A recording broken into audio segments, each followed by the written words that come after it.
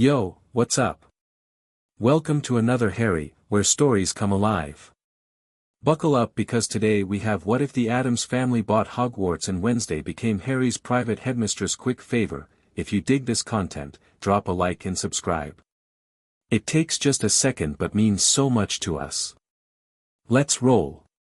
Chapter 1, The Purchase. The Daily Prophet's headline flapped dramatically in the September breeze as Minerva McGonagall slammed it down on the staff room table. Ministry slashes Hogwarts budget for third consecutive year, it screamed in bold, magical ink that seemed to drip with indignation. They can't bloody do this. Neville Longbottom, now herbology professor, jabbed his finger at the paper. We've barely patched up the East Wing after the battle. The greenhouses still leak whenever it rains. Harry Potter rubbed his temples, the lightning scar a pale reminder of wars past. 5 years into his defense against the dark arts position, and he'd thought the biggest challenge would be breaking the position's curse. Now, the whole school faced extinction. The ministries saying rebuilding costs exceeded projections. Harry sighed. As if we should have just left the castle in ruins. Students arrive in 3 days, squeaked tiny Professor Flitwick. And we still have classrooms with holes in the ceiling. A crash of thunder punctuated his words, though the sky outside remained oddly clear. The teachers exchanged glances. That wasn't natural, Harry said, wand already in hand, moving toward the window. The sound repeated, not thunder, but something massive approaching. The ground trembled. Outside, an impossible sight rolled up the pathway to Hogwarts' main entrance. A hearse-like vehicle that seemed to stretch and compress as it moved, defying physics. It was matte black with silver accents that glinted like fresh blood in the sunlight. McGonagall's face went pale. We're not expecting visitors. Harry was already halfway to the entrance hall, the other professors rushing behind him. They burst through the doors just as the strange vehicle screeched to a halt. A cloud of green smoke billowed from its exhaust. The driver's door swung open, and a mountain of a man unfolded himself from inside. Nearly as tall as Hagrid but gaunt, with skin like parchment stretched over bone, he made a sound somewhere between a groan and a sigh. Lurch, a smooth female voice called from inside. Do announce us properly. The giant man bowed stiffly and intoned in a voice that rumbled through the stones beneath their feet, the Addams family. From the back doors emerged the most peculiar group Harry had ever seen, and he'd seen plenty. A man in an impeccable pinstriped suit with a maniacal gleam in his eye. A woman of unearthly beauty with skin like moonlight and a dress that seemed woven from shadows. A hulking bald man who appeared to be generating his own electrical field. An ancient witch who made Bathilda Bagshot look youthful. And bringing up the rear, a young woman about Harry's age with skin like porcelain, hair in tight black braids, and eyes that contained something ancient and terrible. Hogwarts. The suited man declared, throwing his arms wide. Even more decrepit than described. Magnificent. McGonagall stepped forward. This is a private educational institution. Who are you people, and what business do you have here? The pale woman glided forward, literally glided, feet not quite touching the ground. Morticia Addams. My husband Gomez. Our daughter Wednesday. The family. We're here about the sale, of course. Gomez declared, producing a stack of papers from his inner pocket with a flourish. Sale. McGonagall repeated, her Scottish accent thickening with anger. What sale? The ministry didn't tell you. Wednesday spoke for the first time, her voice flat yet somehow cutting through the air like a blade. How predictably governmental. Harry found himself staring at her. Something about her presence made his battle instincts fire warnings through his body.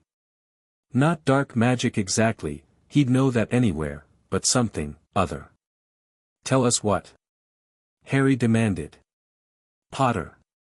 A breathless voice called from behind them. Percy Weasley, red-faced and clutching a briefcase, sprinted up the path. Thank Merlin I caught you before, oh. His face fell seeing the assembled Addams family. "You're already here. Percy, what's going on?"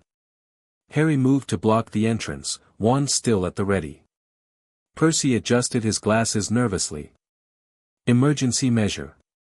Budget shortfalls. Alternative funding solutions." "Spit it out, Weasley," McGonagall snapped. "The Ministry has conditionally approved the sale of Hogwarts property to the Addams Trust," Percy rushed out, "pending final negotiations today." The silence that followed might have been comical if it weren't for the rage building in every teacher's face. "They're selling Hogwarts." The collective shout nearly knocked Percy backward.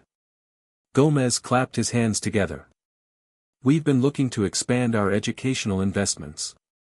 When we heard about a 1,000-year-old castle full of magical accidents, dangerous creatures, and centuries of accumulated curses, well, how could we resist? This is outrageous." McGonagall looked ready to transform into her cat form and claw someone's eyes out. "Hogwarts is not for sale." Wednesday stepped forward, her movement fluid like a predator's. "The structural damage alone requires 12 million galleons in repairs. The Ministry has allocated 2 million for the next 5 years. Mathematical impossibility." Harry felt a chill. How did she know those exact figures? "Ah, but we haven't been properly introduced to everyone." Gomez bounced on his heels. "Who might you be, my gloomy friend?" Harry realized Gomez was addressing him. "Harry Potter. Defense against the dark arts." A spark of recognition lit the entire Addams clan's faces simultaneously. "The boy who lived." Gomez grabbed Harry's hand, shaking it violently. "Survivor of the killing curse. Conqueror of the noseless wonder. Fascinating. We read about you," Wednesday said, eyes never blinking. "Your childhood suffering was most impressive." Thanks." Harry extracted his hand from Gomez's grip. Percy cleared his throat. "Perhaps we should move this discussion inside. The Ministry representatives will be arriving shortly to finalize terms." McGonagall looked ready to refuse, but Harry touched her arm gently. "Let's hear them out. If the Ministry's really selling Hogwarts, we need to know what we're facing." 10 minutes later, they sat in the Headmistress's office. The Addams clan seemed utterly at home among the weird instruments and moving portraits.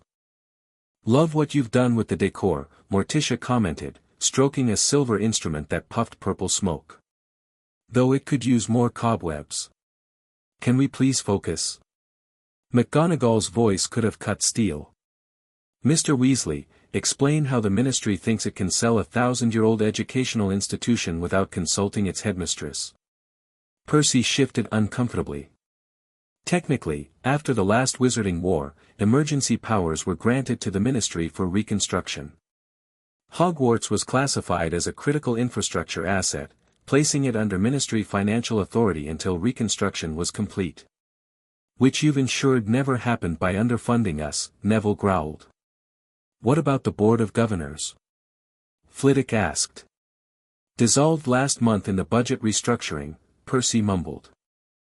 A flash of green flame in the fireplace announced the arrival of 3 stern-looking Ministry officials, led by a woman Harry recognized as Lucinda Blackwell, Undersecretary for Educational Affairs. "I see the Addams family has arrived," she said coolly. "Excellent. We can proceed." "Proceed with what exactly?" Harry demanded. "Selling students' futures to the highest bidder." The bald electrical man, Uncle Fester, Harry had learned, cackled. "We weren't even the highest bidder. Just the only ones weird enough to want it." Blackwell ignored this. "The Ministry has reviewed multiple options for Hogwarts' financial crisis. The Addams proposal offers full restoration funding plus operational costs for 10 years. In exchange for what?" McGonagall's voice was deadly quiet. "Ownership transfer and operational control," Wednesday stated flatly. "With Ministry oversight." "You can't be serious," Harry said. "Always," Wednesday replied without a hint of humor. Gomez spread architectural plans across McGonagall's desk. We'll restore everything. Add a few dungeons, maybe a moat with something tentacled, update that charming death forest you have. The Forbidden Forest is a protected habitat, Hagrid interjected, having joined them midway through. Even better. We'll add some new species.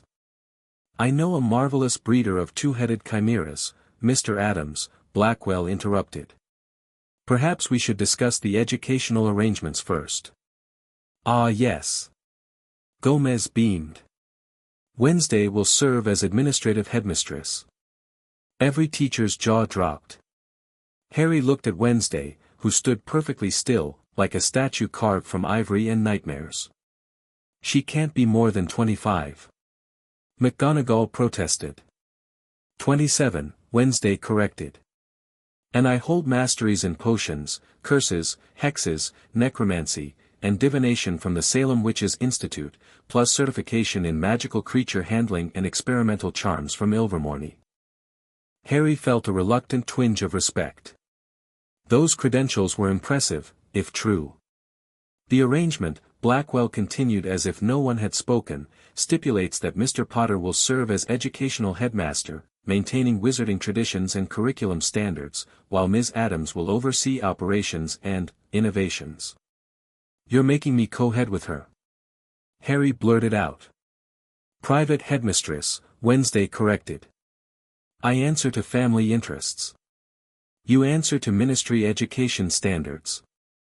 We both answer to student safety. Harry couldn't believe what he was hearing. This is my school. I fought for it. Bled for it. Died for it, technically. Died?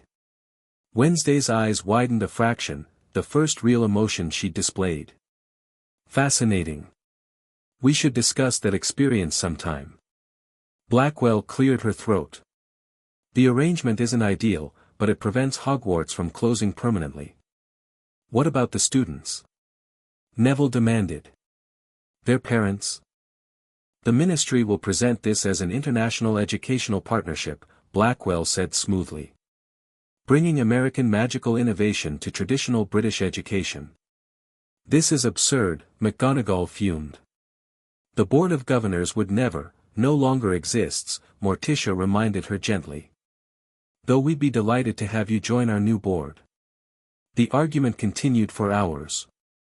Harry watched as every objection was met with either ministry stonewalling or an enthusiastic Addams solution that somehow made things worse. What about the ghosts?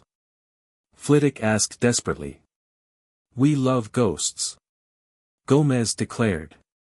The more the merrier. Our home has 17 permanent haunts. Blood wards. McGonagall tried. Our bloodline traces back to genuine Carpathian nobility, Morticia purred. Our blood magic is considerable. By evening, the teachers had run out of objections that hadn't been countered with either legal technicalities or Addams family assurances that were more disturbing than reassuring. Harry found himself alone with Wednesday while the others argued about uniform policies. She stood by the window, watching the sunset with unnerving stillness. You don't want this job, Harry said. Not a question. Father's investments require family oversight, she replied. I'm the qualified candidate. These students have been through war. They need stability. Wednesday turned to face him. What they need is to understand darkness. Not fear it. Is that what you think I teach? Fear. You teach defense against the dark arts. Her voice remained flat. Implying darkness itself is the enemy. Harry moved closer, lowering his voice. I've faced darkness. Real darkness. Have you embraced it? She challenged. Or merely survived it? Before Harry could answer, Gomez bounded over. Papers are signed. We're officially education moguls. The faculty looked shell-shocked. McGonagall appeared to have aged 10 years in one afternoon. Students arrive in 3 days, she said weakly. Plenty of time. Gomez clapped Harry on the back hard enough to make him stumble. Wednesday, you and Harry should tour the facilities tonight. Get acquainted with your new domain. As the ministry officials and most of the Addams family departed for various accommodations in Hogsmeade, Harry found himself walking the dark corridors with Wednesday, her presence somehow both silent and overwhelming beside him. I won't let you harm this school, Harry said finally. Wednesday didn't look at him. Define harm. Putting students in danger. Changing Hogwarts values. And what values are those?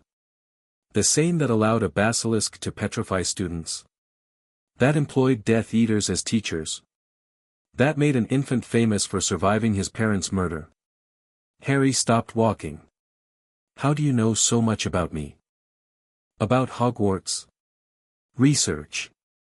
She continued walking, forcing Harry to catch up. Your British wizarding world thinks itself secretive. It isn't. They reached the great hall, moonlight streaming through the enchanted ceiling. Wednesday looked up at it with the first hint of appreciation Harry had seen from her. At least this won't need changing, she murmured. What exactly do you plan to change? Harry asked. Everything necessary. Nothing essential. She turned to face him. I've studied 7 different magical educational systems. None prepare students for the reality of magic. And what reality is that? That it's neither light nor dark. It simply is. She touched the ancient stone wall, and Harry swore he saw the castle respond, a tremor running through the stones. Magic is alive, Potter. It wants to be used. Hiding half of it away creates imbalance. Harry frowned. Sounds like something Voldemort would say. Your Dark Lord was a child throwing tantrums with power he didn't understand. For the first time, emotion, contempt, colored her voice. The Addams family has lived in darkness for centuries without becoming monsters. Some might disagree with that assessment, Harry muttered. The ghost of a smile touched her lips. Fair. They continued their tour, Harry pointing out classrooms, secret passages, and areas still damaged from the war. Wednesday took everything in without comment, occasionally touching a wall or examining a magical artifact. When they reached the astronomy tower, Harry felt the familiar pang he always did, memories of Dumbledore's fall never quite faded. Someone died here, Wednesday said suddenly. Recently, historically speaking. Harry stared at her. How could you possibly know that? Death leaves impressions. She knelt, running her fingers along the stone. Someone fell. No, was pushed. The hairs on Harry's arms stood up. Dumbledore was killed here. By Snape. Not killed by Snape, she corrected, eyes closed as if listening to the stones. Killed at Snape's hand. Different magical signature. Harry felt a chill. That's not public knowledge. She opened her eyes, looking directly at him. The castle remembers, Potter. If you know how to listen. Later that night, Harry couldn't sleep. He paced his quarters, mind racing. The Addams family owning Hogwarts. Wednesday Addams as his administrative superior. The whole thing felt like a bizarre nightmare. A knock at his door startled him. He opened it to find Neville, looking equally sleepless. Thought you might be up, Neville said, entering with a bottle of fire whiskey. Figured we could use this. Harry summoned glasses. McGonagall. Finally sleeping. Pomfrey gave her a draught. Neville poured generous measures. We're really doing this? Letting these people take over? Harry downed his drink in one go. What choice do we have? Ministry's broke, or claiming to be. At least this keeps the school open. That Wednesday girl gives me the creeps, Neville shuddered. Did you see how she kept staring at the Thestrals during your grounds tour? Called them underfed. Harry almost laughed. She's different. Different? Harry, she asked nearly headless Nick if he'd considered pursuing complete decapitation as a post-mortem goal. This time Harry did laugh.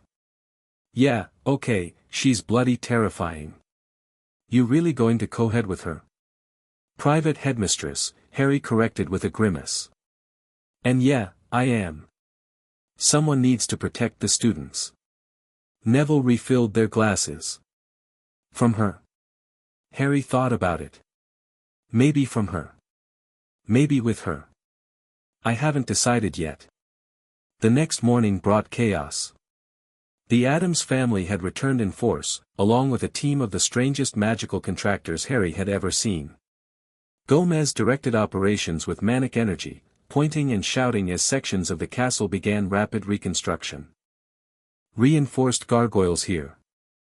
Make sure they can actually attack this time. What's the point otherwise?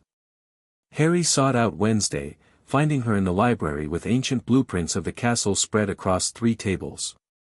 A disembodied hand, thing, Harry remembered from introductions, scurried around fetching books for her. We need to talk about boundaries, Harry said without preamble. Wednesday didn't look up.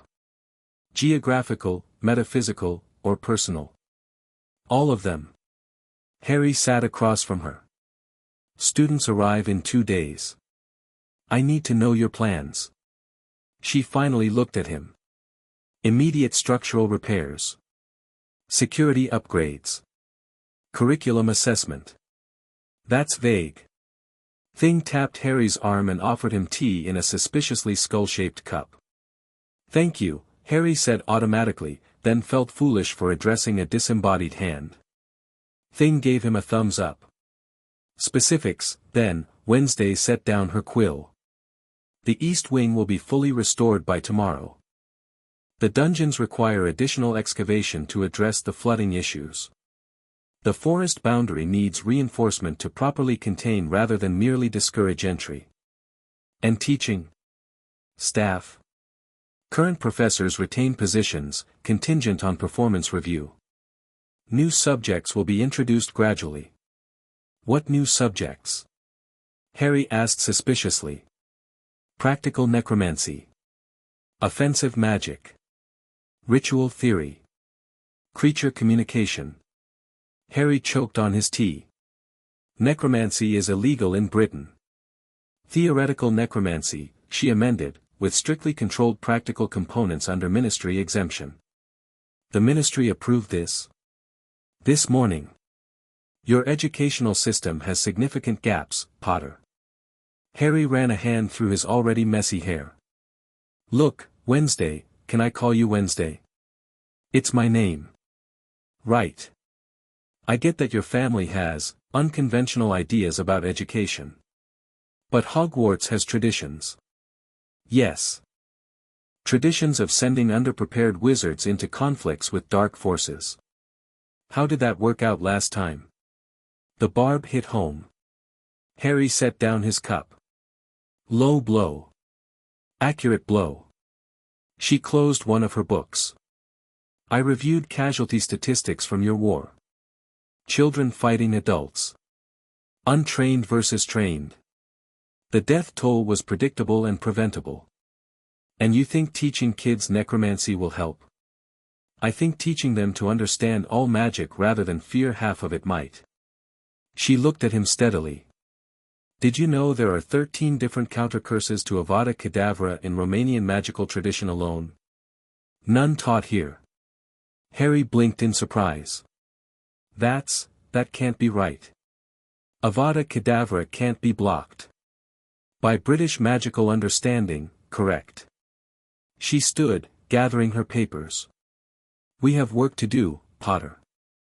You can resist every change and make this transition difficult, or you can help shape it into something that actually protects students next time darkness rises.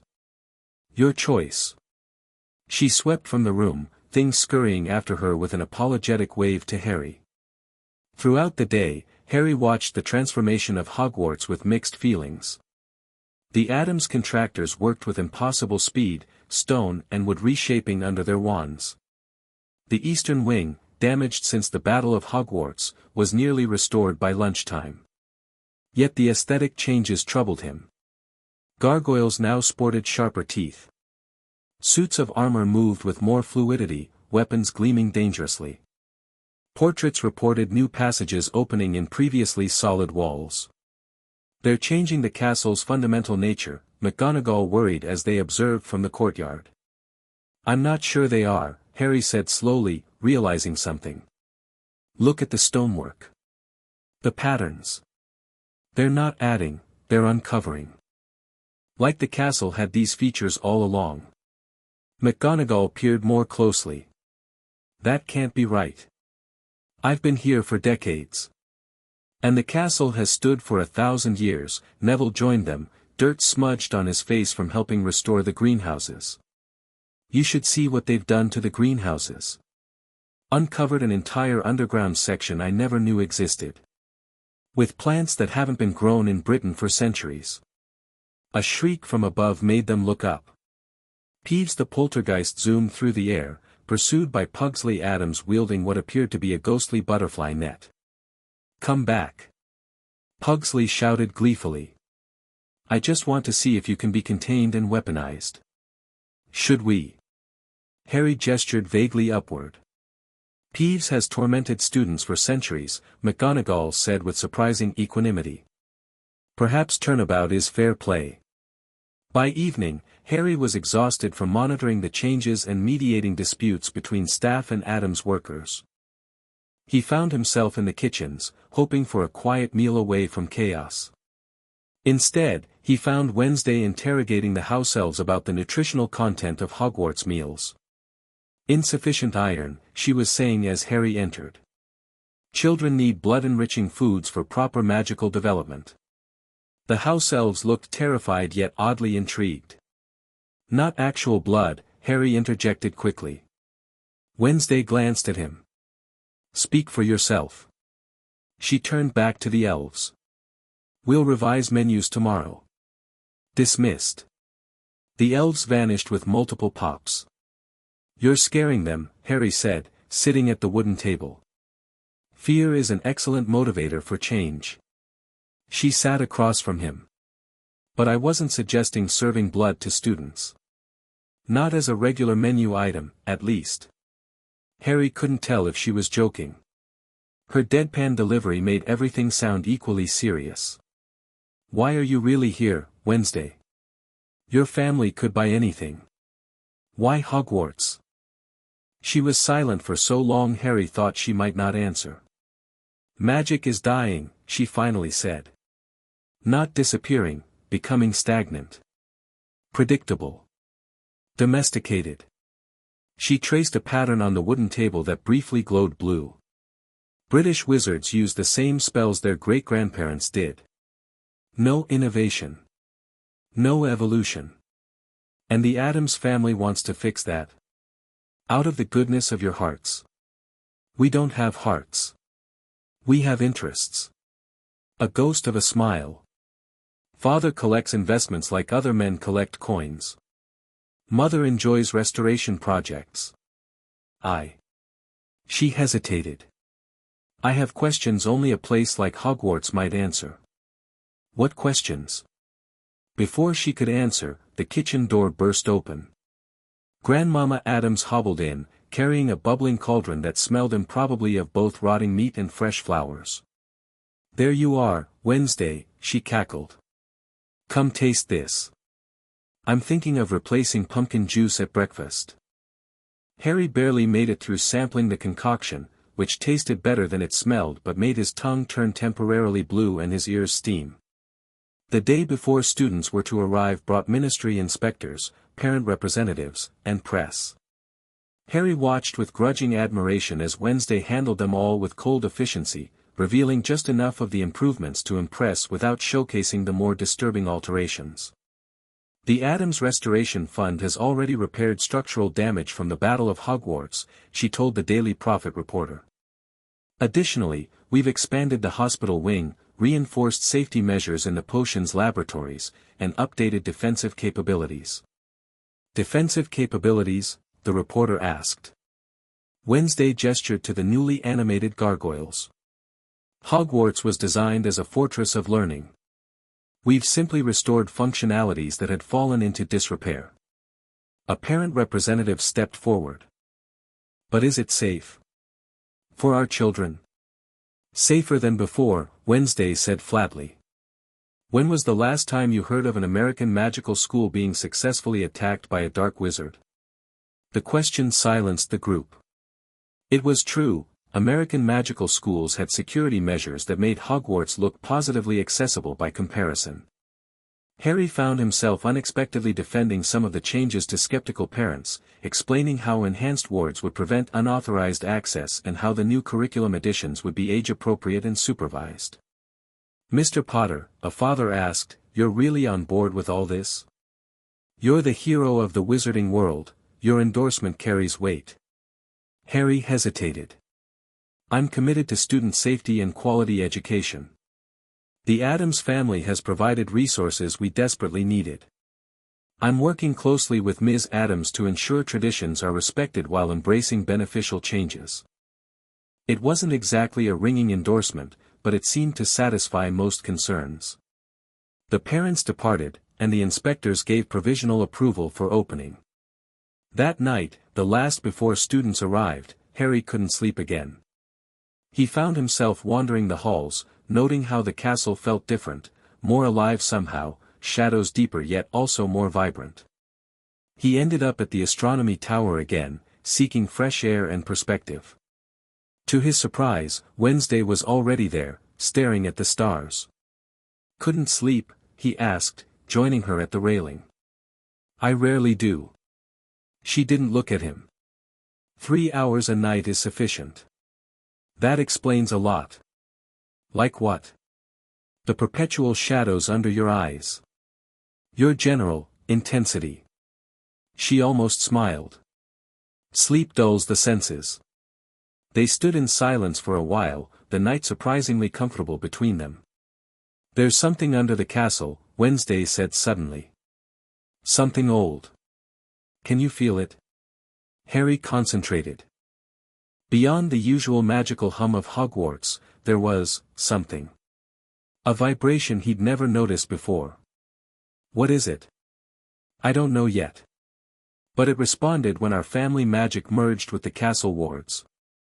She turned to face him. "The students arriving tomorrow, they'll need both of us, Potter. Your light. My darkness. Balance. Is that what this is about?" "Balance?" "Partly." She looked back at the stars. "The rest you're not ready to hear. Try me."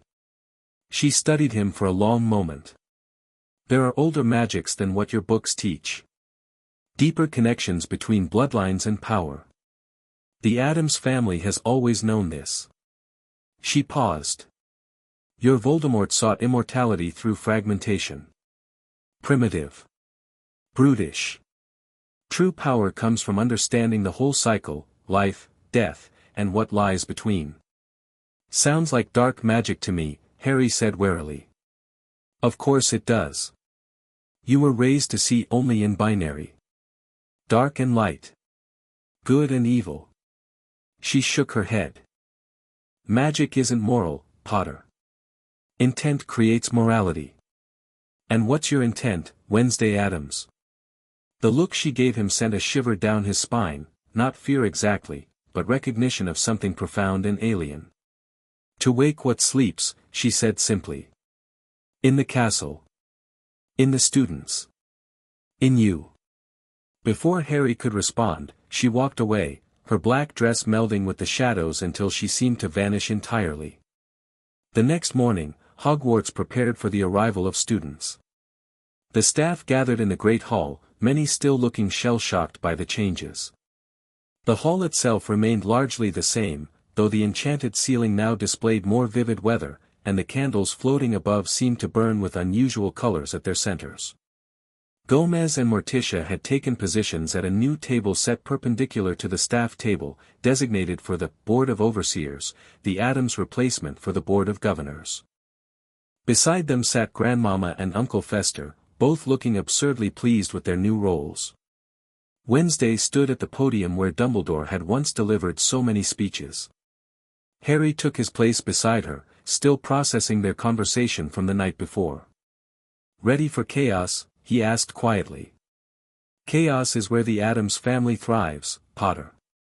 For the first time, she looked almost excited. Let the education begin.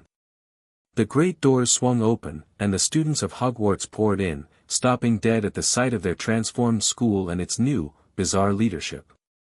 Wednesday's eyes gleamed.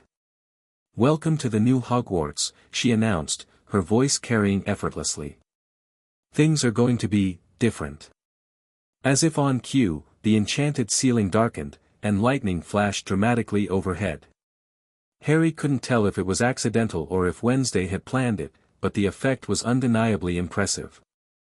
The sorting began, but with an Addams twist. The hat now provided more detailed commentary on each student's potential, occasionally suggesting hybrid houses or areas requiring immediate magical intervention. When the feast appeared, the food was recognizable but subtly altered, flavors more intense, presentations more dramatic. Harry noticed students' mixed reactions of alarm and delight. Halfway through the meal, nearly headless Nick floated up to the staff table, looking agitated. "Headmistress, Headmaster," the ghost addressed them both. "Something's happening in the dungeons. The other ghosts sent me to inform you, there's a disturbance in the sealed chamber." Wednesday's eyes lit up with interest. "What sealed chamber?" "The one beneath the Slytherin dormitories. It's been locked for centuries," Nick explained. "But now it's humming." Harry and Wednesday exchanged looks. The thing under the castle she'd mentioned. "Continue the feast," Wednesday instructed McGonagall. "Potter and I will investigate." As they hurried from the hall, Harry asked, "You knew about this chamber?" "I felt it," she corrected. "But not its location. The castle has been communicating." "Communicating how?" She glanced at him. "Through blood. The stones recognize the Addams line as kin to the original builders." "That's impossible. Hogwarts was built by the 4 founders. Before them," Wednesday said. "There was something here first. Something they built upon." They reached the dungeons, following Nick's directions. The stone walls seemed to pulse with faint energy that grew stronger as they descended below even the level of the Slytherin common room. They reached a dead end where a blank wall stood. Wednesday placed her palm against it, and black veins seemed to spread from her hand into the stone. "Blood recognizes blood," she murmured. The wall dissolved, revealing a narrow staircase descending into darkness. Harry lit his wand. "I'm coming with you." "I counted on it." She stepped into the passage. "Your light. My darkness. Remember?" As they descended, Harry felt the magic growing thicker around them, ancient and heavy. At the bottom, they found a circular chamber with a pedestal at its center. Carved into the walls were symbols Harry had never seen before, older than any runes he'd studied. Wednesday approached the pedestal reverently. Atop it sat a small obsidian box, sealed with what appeared to be silver wire. "What is it?" Harry asked, keeping his wand raised. "A beginning," Wednesday replied. "Or an ending." She reached for the box. "Wait." Harry moved to stop her. "We don't know what's in there." She paused, looking at him with something like respect. "True. Caution is warranted." She withdrew a silver knife from her sleeve and pricked her finger, letting a drop of blood fall onto the pedestal beside the box. The chamber rumbled. The symbols on the walls began to glow with red light. "Blood offering accepted," a voice whispered from nowhere and everywhere. "The Addams line returns." The silver wire unwound itself from the box. "Wednesday," Harry said tensely, "what have you done?" "Begun," she replied simply, as the lid of the box slowly opened. A blinding light erupted from within, momentarily filling the chamber. When it faded, the box was empty, but something had changed in the air around them. The magic felt lighter, freer somehow. "What was in the box?" Harry demanded. Wednesday's eyes gleamed with rare emotion. "Knowledge. Power." She closed the box. "The first key." Key to what? Before she could answer, another rumble shook the castle, this one violent enough to make dust shower down from the ceiling. We need to get back, Harry said urgently. The students, Wednesday nodded, and they raced back up the stairs. By the time they reached the Great Hall, everything had calmed, though the students looked shaken. McGonagall hurried over to them. What happened? The whole castle shook. Magical stabilization, Wednesday answered smoothly. Part of the restoration process. She moved to the podium, addressing the startled students. Welcome to Hogwarts, she announced, her voice carrying an unusual warmth. As you may have noticed, changes are underway. The castle is awakening. Magic is remembering its true nature. She gestured to Harry to join her. Reluctantly, he did. Headmaster Potter and I represent different magical traditions, she continued. Together, we will teach you not just how to use magic, but how to understand it. Not just to defend against darkness, but to recognize when darkness is necessary. Harry stepped forward. And to know the difference between helpful darkness and harmful darkness, he added pointedly. Hogwarts has always evolved while honoring its past. This is just the next step in that evolution. The students looked uncertain, but a few began to nod. Change was always difficult, Harry knew, but sometimes necessary. Later, as students were led to their dormitories, Harry cornered Wednesday in a quiet corridor. You need to be honest with me, he demanded. What was really in that box?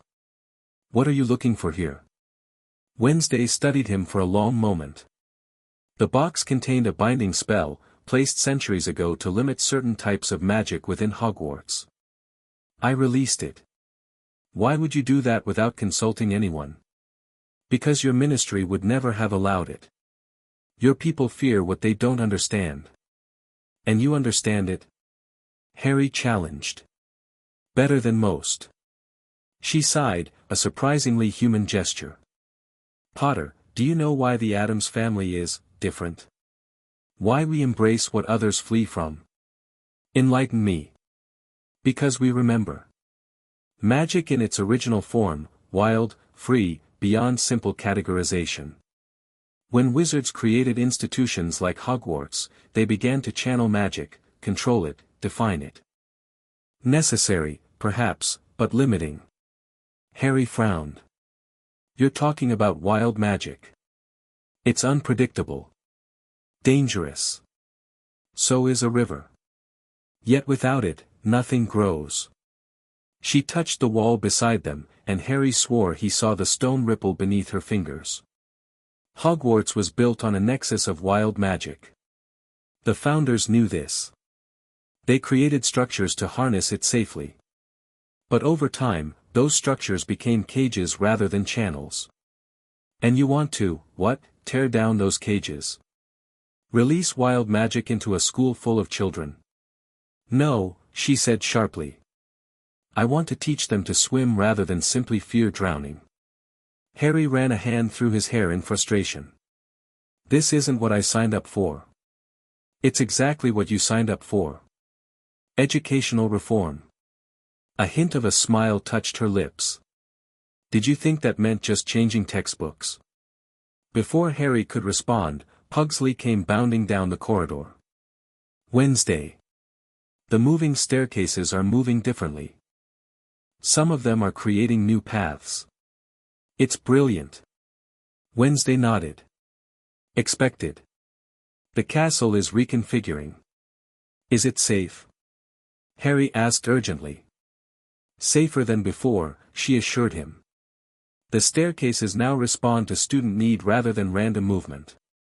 Lost first years will find their paths illuminated. Harry had to admit that was an improvement. The number of students who got lost in their first weeks had always been a problem. See? Wednesday said, noting his expression. Not all change is terrible, Potter. As the first week of classes progressed, Harry found himself constantly torn between admiration for the Addams' efficiency and horror at their methods. Classrooms were indeed safer, expanded, better ventilated, with enhanced protection charms. But they also featured new elements that made Harry nervous, like self-defensive desks that snapped at students who weren't paying attention. Curriculum changes were being implemented gradually, with Wednesday sitting in on classes and making notes. Her presence unnerved most teachers, but the students seemed increasingly fascinated by her. Rumors spread about her magical abilities, growing more outlandish by the day. Harry's own defense against the dark arts classes remained largely unchanged, though he reluctantly incorporated some of Wednesday's suggestions about teaching students to recognize dark magic signatures rather than just defending against specific curses. To his surprise, it was working. Students were showing improved detection skills and asking more insightful questions. On Friday evening, Harry was grading papers in his office when Wednesday entered without knocking. "We need to talk," she announced. Harry set down his quill. "About?" "The Forbidden Forest. Something's happening there. Something's always happening there. It's the Forbidden Forest. This is different." She placed a map on his desk. "Centaur movements have changed. They're avoiding the northwestern section entirely." Harry frowned. "That's near the Acromantula territory. The Acromantulas are gone." She tapped the map. "Something displaced them. That would take considerable force. Those spiders don't abandon territory easily." "Precisely." She looked at him expectantly. Harry sighed. "You want to go investigate?" "We need to. Whatever's out there is responding to the changes in the castle. They're connected. And you know this how?" "The same way I know you still dream about the forest, Potter. Some connections transcend explanation." Harry stared at her. He did still dream about the forest, nightmares about his walk to face Voldemort, to die. He'd never told anyone. "Fine," he agreed. "But we take Hagrid too. The half-giant?" "Acceptable." An hour later, the three of them entered the Forbidden Forest. Hagrid carried his crossbow, looking unusually serious. "Been meaning to check this area myself," he admitted as they walked. "Creature's been actin' strange for days. Thestrals won't go near the northwest at all." "When did it start?" Wednesday asked. "Right around when your family arrived, come to think of it." Wednesday nodded as if this confirmed something. "The magical resonance is shifting." They walked in silence for a while, going deeper into the forest than Harry had been in years.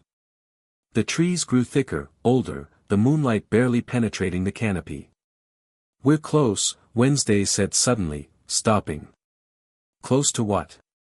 Harry asked. She pointed ahead. "There." In a small clearing stood a structure Harry had never seen before, an ancient stone arch, partially covered in vines and moss. It looked like it had stood for centuries, yet Harry was certain it hadn't been there during his school days. "What is that?" Hagrid whispered.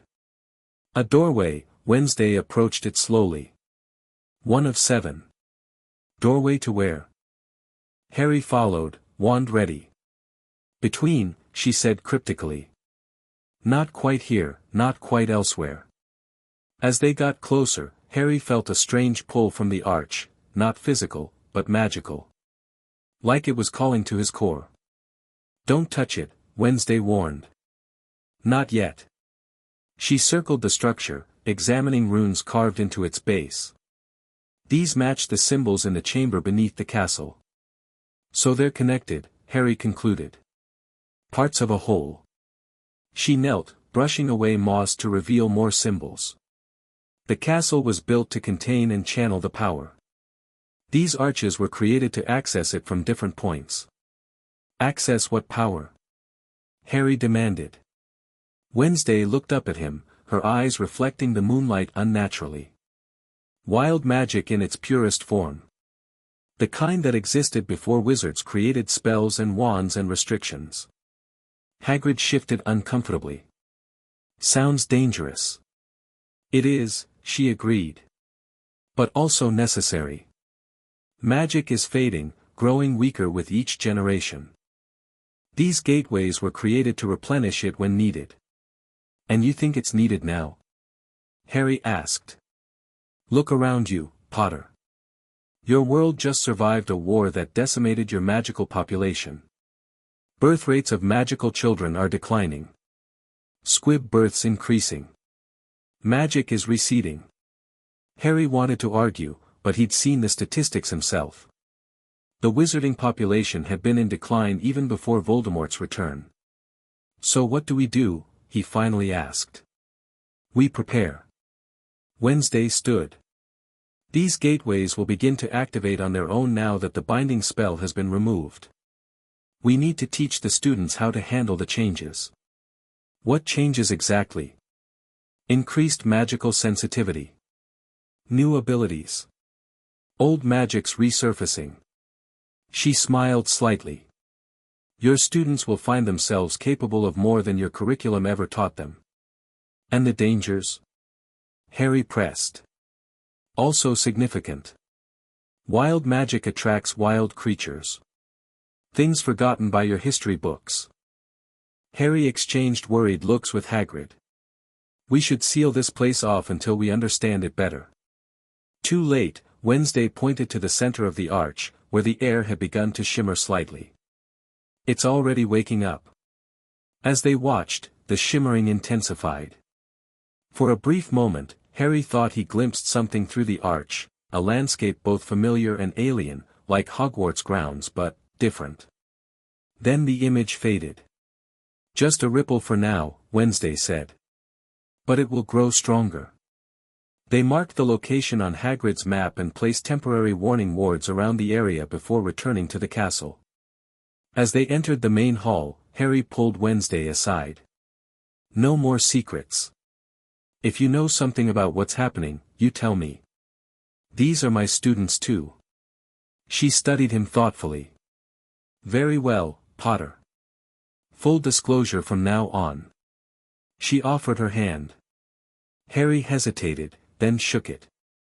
Her skin was cool but not cold, and he felt a strange tingle of magic at the contact. Partners? He asked. Partners, she agreed. Though I still outrank you technically. In your dreams, Addams. For the first time, Harry saw Wednesday Addams truly smile. It was subtle but transformed her face completely. Indeed, Potter. In my dreams and in reality. The next morning at breakfast, Harry observed the students with new awareness. Were they already being affected by the changes Wednesday had mentioned? He noticed a first-year Hufflepuff absent-mindedly levitating her spoon without a wand, something that should have been beyond her capabilities.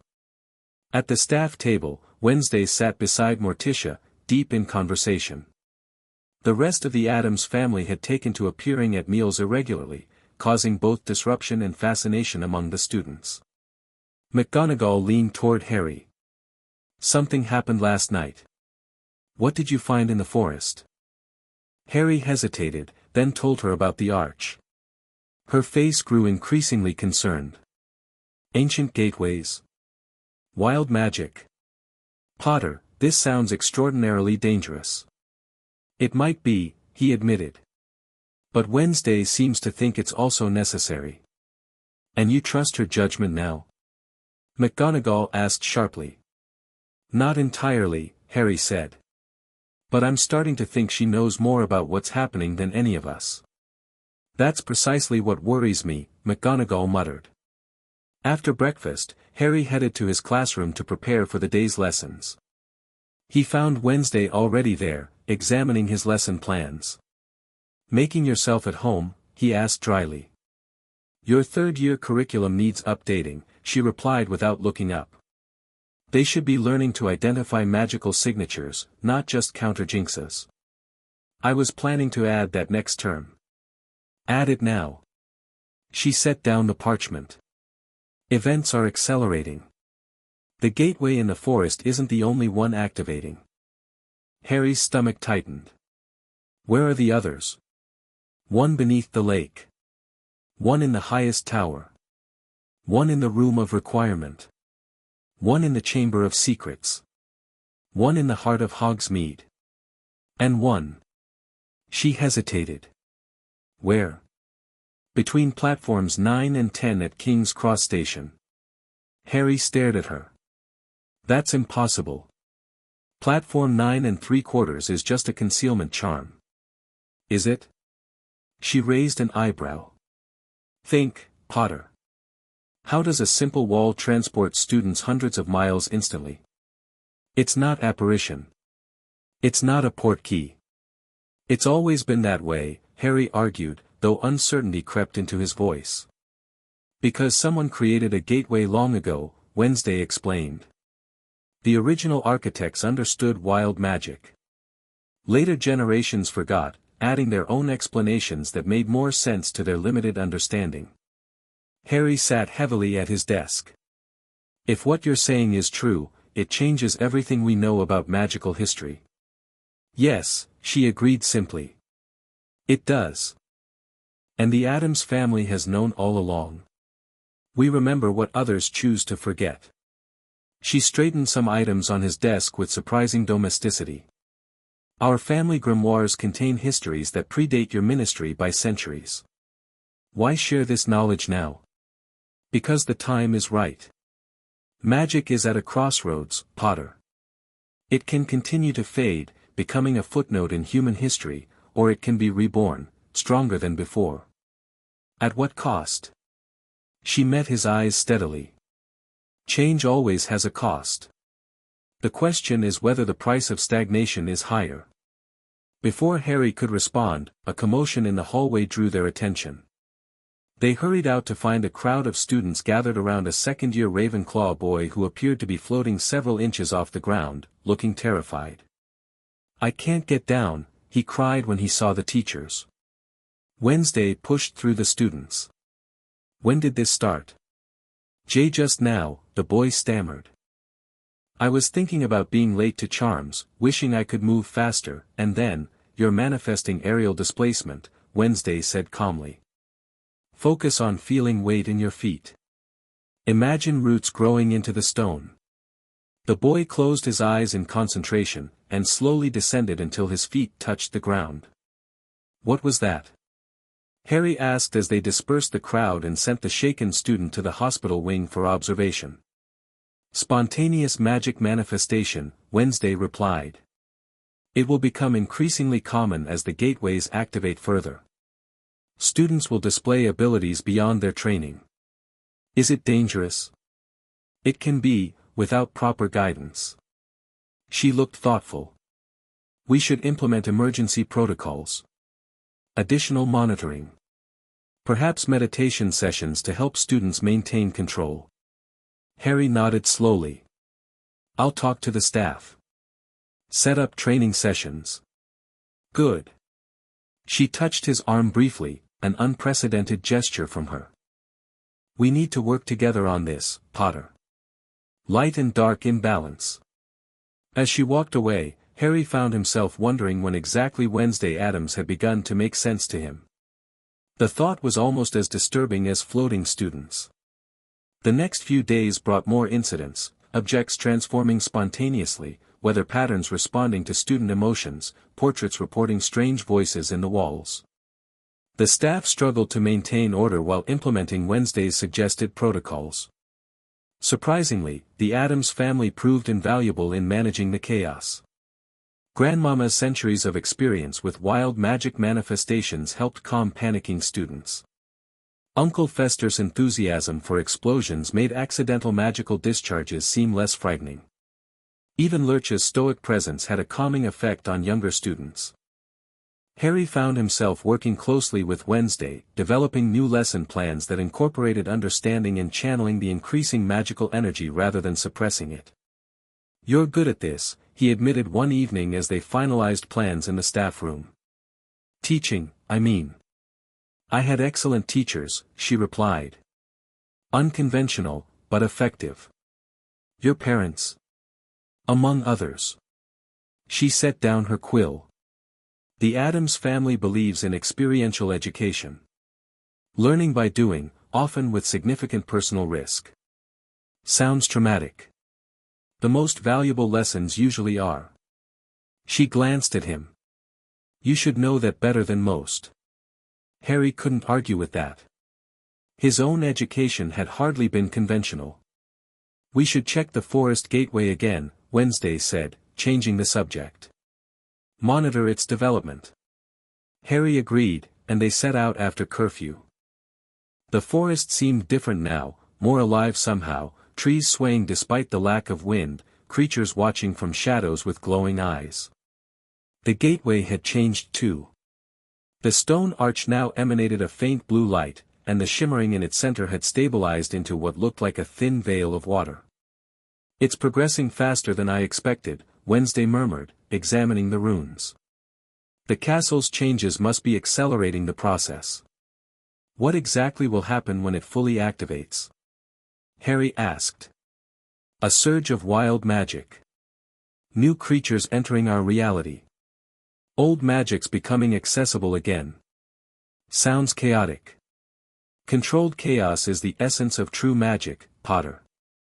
She reached toward the veil but stopped just short of touching it. This particular gateway connects to the realm of elemental beings. Like fire sprites and water nymphs. Those are just legends.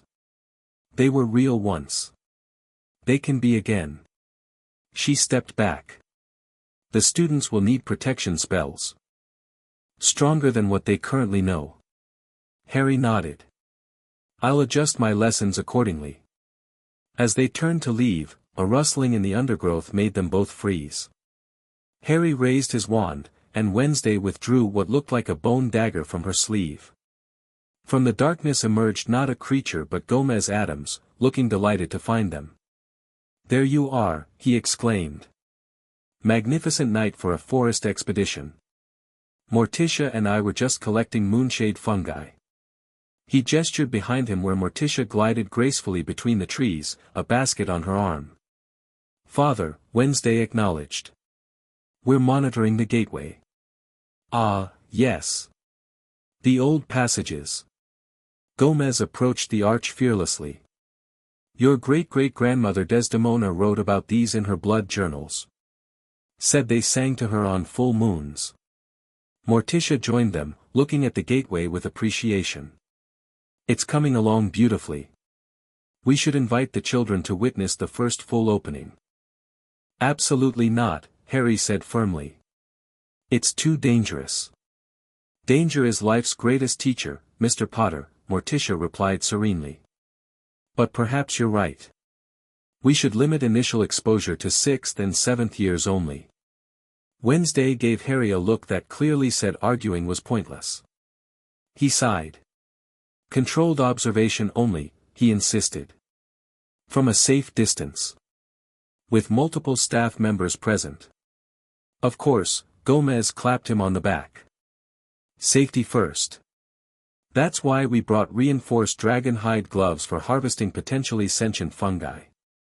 Harry and Wednesday left the elder Addams to their nocturnal gardening and headed back to the castle. Your parents are unique, Harry commented. They are who they are without apology, Wednesday replied. There's power in that. Is that why you never smile? Part of being unapologetically yourself? She glanced at him. I smile when something is worthy of it. And what's worthy? True darkness. Perfect pain. Exquisite chaos. She paused. Occasionally, your stubbornness. Harry wasn't sure if he should be flattered or concerned. I'll take that as a compliment. As intended. She stopped walking as they reached the castle entrance. Potter, tomorrow's faculty meeting will be challenging. The changes are accelerating, and some staff will resist. McGonagall's already concerned. Flitwick too. They fear what they don't understand. She looked up at the castle, its windows glowing with unusual intensity in the darkness. But fear can be overcome with knowledge. And if knowledge isn't enough, then we demonstrate. Her eyes gleamed. Sometimes seeing is believing. The faculty meeting the next day was indeed tense. McGonagall had compiled a list of incidents that had occurred in just the past week, students demonstrating unusual magical abilities, ghostly sightings in previously unhaunted areas, plants in the greenhouse evolving overnight. This is beyond concerning, Flitwick squeaked.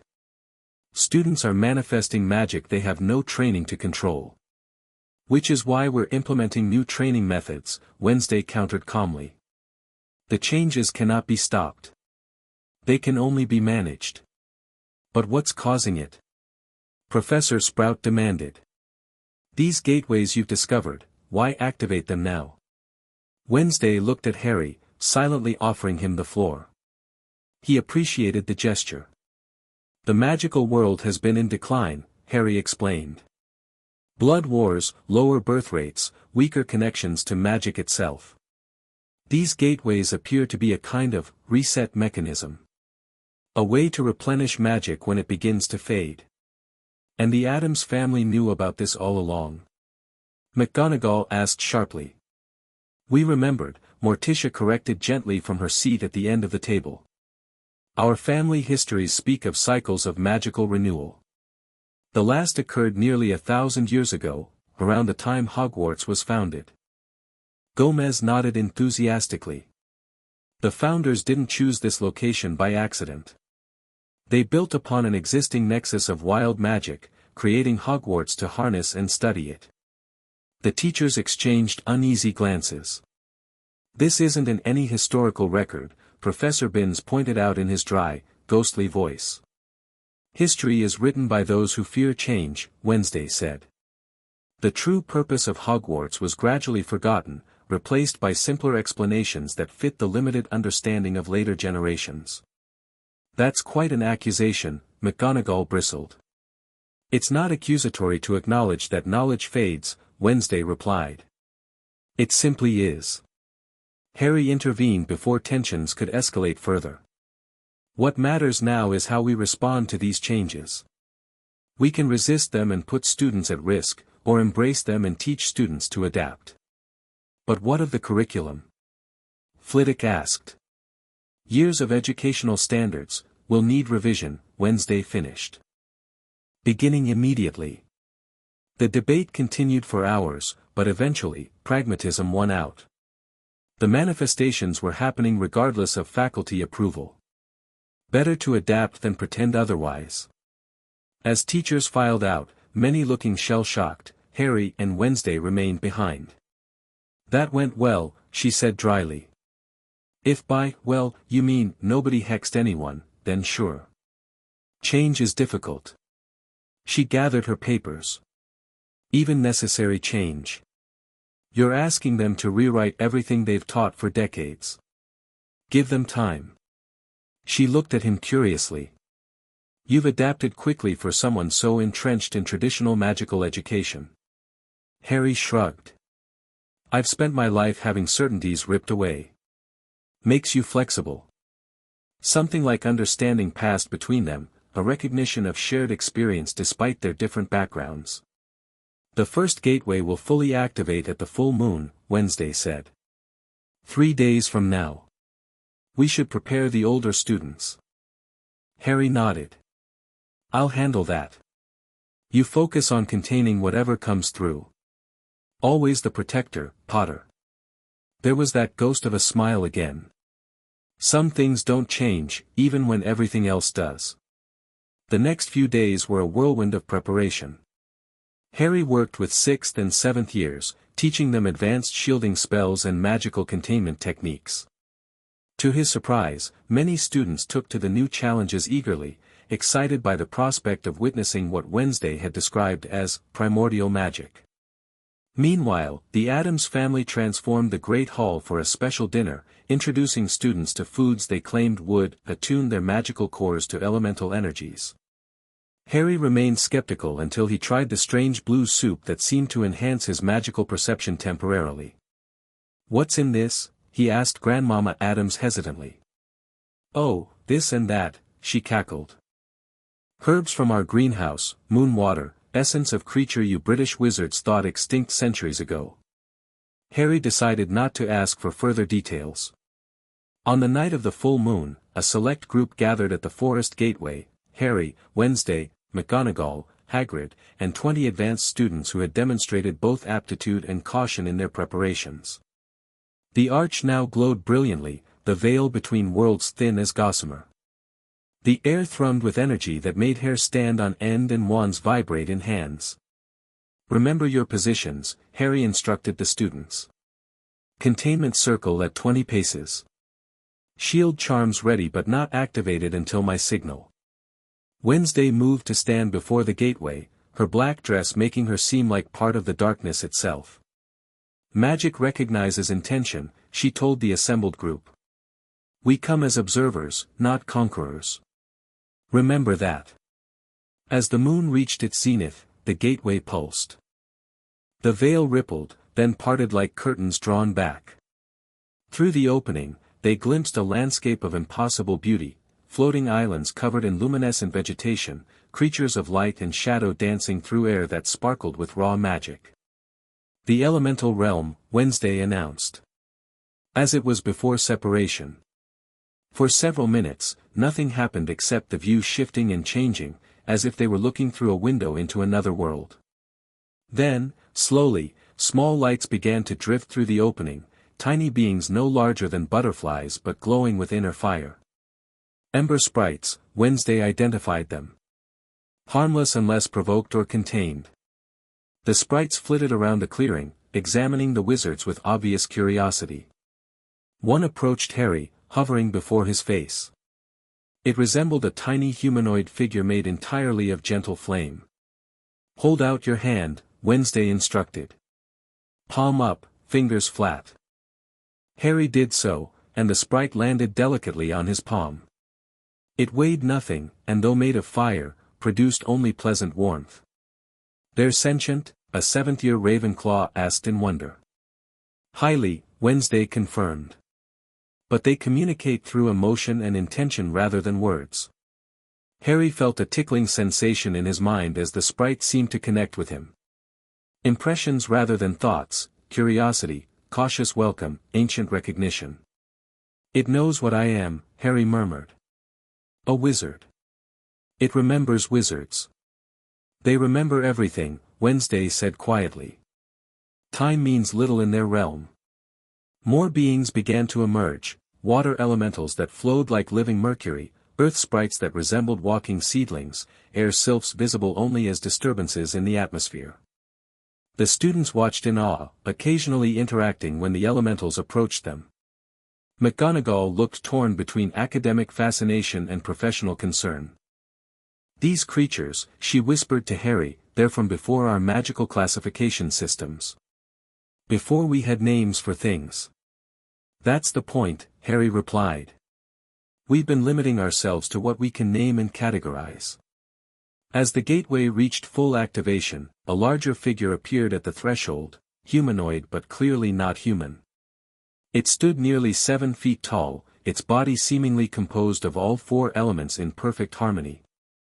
It regarded the gathered wizards with ancient eyes that held neither malice nor particular fondness. "Guardian," Wednesday called to it. "We welcome your presence." The being inclined its head slightly. When it spoke, its voice sounded like rushing water and crackling flames simultaneously. "The barrier's thin," it said. "As was foretold. As has happened before. Will you help us guide the transition?" Wednesday asked. "That is not our purpose," the Guardian replied. "We observe. We remember. We return. The cycle continues." It surveyed the students. "These young ones. They burn brightly. But differently than those who came before. Magic has been channeled differently in our realm," Harry explained. "We're trying to understand the older ways." The Guardian seemed to consider this. "Understanding is good. Control is illusion." It gestured, and the smaller elementals gathered near it. "We will return periodically as the other gateways awaken. Learn from what you observe.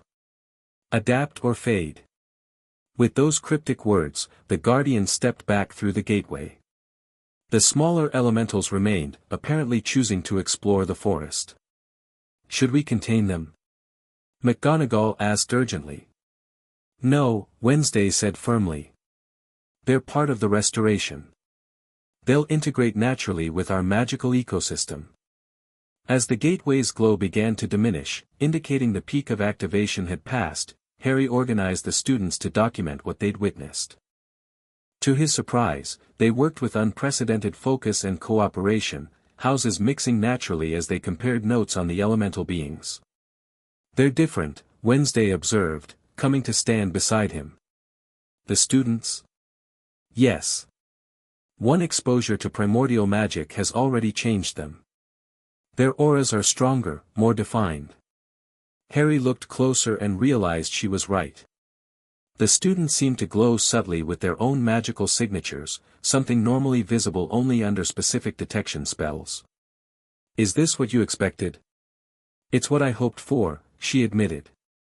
Reconnection with magic's true nature. As they walked back to the castle, Harry found himself thinking about everything that had happened since the Addams family arrived. In just weeks, they had transformed Hogwarts, awakened ancient magic, and begun changing how students related to their own abilities. It was terrifying and exhilarating in equal measure. What happens next?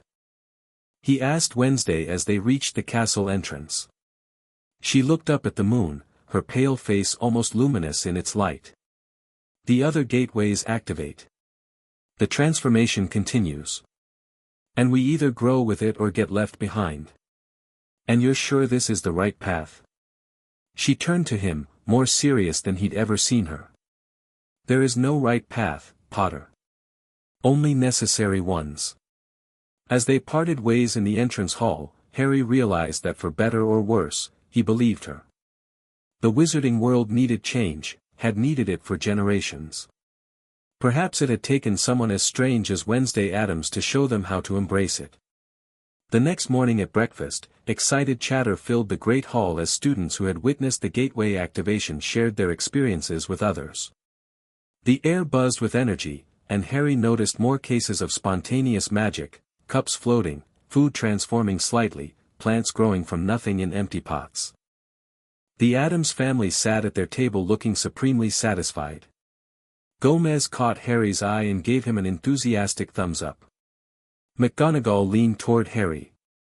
The hospital wing reports 15 cases of enhanced magical ability overnight. Nothing dangerous, but significant changes in students' capabilities. As expected, Harry replied. Wednesday says it's just the beginning. McGonagall studied him. You've come to trust her judgment quite quickly. Not trust exactly, Harry corrected. But I believe she knows what she's talking about with these gateways. The Addams family has knowledge we don't. That's what concerns me, McGonagall admitted. What else do they know that they haven't shared? It was a valid question, one Harry had considered himself. Despite Wednesday's promise of full disclosure, he suspected there were aspects of the Addams plan she kept to herself. His suspicions were confirmed that afternoon when he caught her emerging from the Chamber of Secrets, accompanied by Thing and carrying what appeared to be ancient artifacts wrapped in black cloth. Research materials, she explained when questioned, not quite meeting his eyes. From Salazar Slytherin's private chamber. Those should be catalogued, studied properly. They will be, she assured him. By me. Wednesday, Harry blocked her path. Partners, remember. Full disclosure. She considered him for a long moment, then unwrapped the bundle. Inside lay a collection of small stone tablets covered in the same symbols they'd seen in the underground chamber and on the gateway. Instructions, she explained. For managing the gateways. Controlling what comes through. Directing the energy flow. Why keep them secret? Because knowledge is power, and power attracts those who would misuse it. She rewrapped the tablets. Not everyone shares our concern for balance, Potter. You mean the Ministry? Among others. She glanced around the corridor. There are factions who would see the gateways sealed permanently. Others who would exploit them for personal gain. And the Addams family is completely altruistic, I suppose. A hint of amusement crossed her face. Hardly. But our interests align with the greater magical good in this instance. We thrive in a world rich with magic, not one where it fades into folklore. Harry studied her, trying to determine if she was being truthful. Her expression remained impassive, but something in her eyes suggested sincerity. "Fine," he finally said. "But I want to be present when you study those." "As you wish." She gestured for him to follow her to her office. The room that had once belonged to Dumbledore had been transformed under Wednesday's occupation. Gone were the whirring silver instruments and colorful decorations, replaced with ancient grimoires, preserved specimens in jars, and what appeared to be an actual human skeleton in the corner. The walls were lined with black candles that burned with purple flames, and the desk was carved from ebony wood, inlaid with silver runes. "Homey," Harry commented dryly. "It suits my purposes," she replied, clearing a space on the desk for the tablets. As she arranged them in a specific pattern, Harry noticed something he hadn't before, a small mark on her wrist, partially visible beneath her sleeve. It matched one of the symbols from the gateway. "You're connected to this personally," he realized aloud. "Not just through family knowledge. You bear the mark." Wednesday stilled, then slowly pushed up her sleeve, revealing the complete symbol etched into her skin like a brand. "The Addams family has served as guardians of the old ways for generations," she said quietly. "When I came of age, I took the oath and received the mark. It connects me to the gateways, allows me to sense their changes."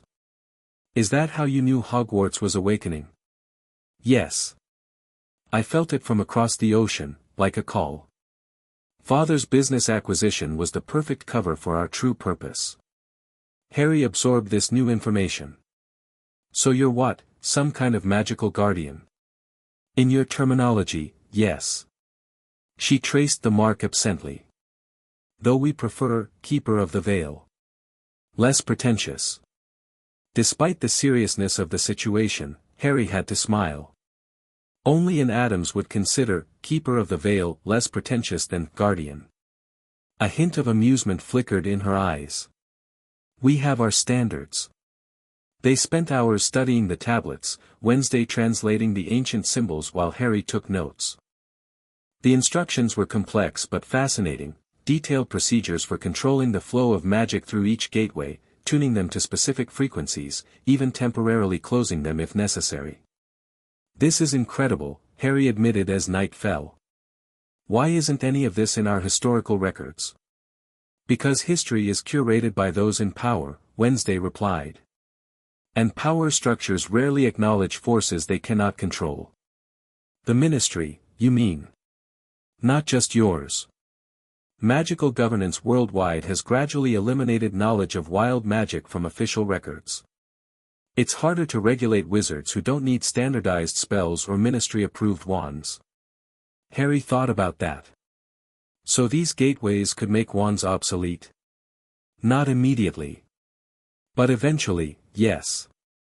Magic was channeled directly by will and intention before wands became commonplace. That would change everything. Yes, she agreed simply. It would. As they continued working, Harry found himself increasingly fascinated not just by the ancient knowledge but by Wednesday herself. Despite her cold exterior, her passion for this subject was evident in the intensity of her focus, the precision of her movements. She was utterly in her element among these forgotten mysteries. When she finally looked up, seeming surprised to find it was past midnight, Harry was struck by how the candlelight softened her features, making her seem less like a living statue and more like a woman deeply committed to her purpose. "You should rest," she told him. "Tomorrow will bring more changes." "What about you?" "I'll continue a while longer. Sleep is less important than knowledge." Harry stood, stretching stiff muscles. "Even keepers of the veil need rest, Wednesday." She looked up at him, and for a brief moment, her guard seemed to lower. "Perhaps. Eventually." As Harry headed toward the door, she called after him. "Potter." He turned. "Thank you," she said simply. For your assistance. And your trust.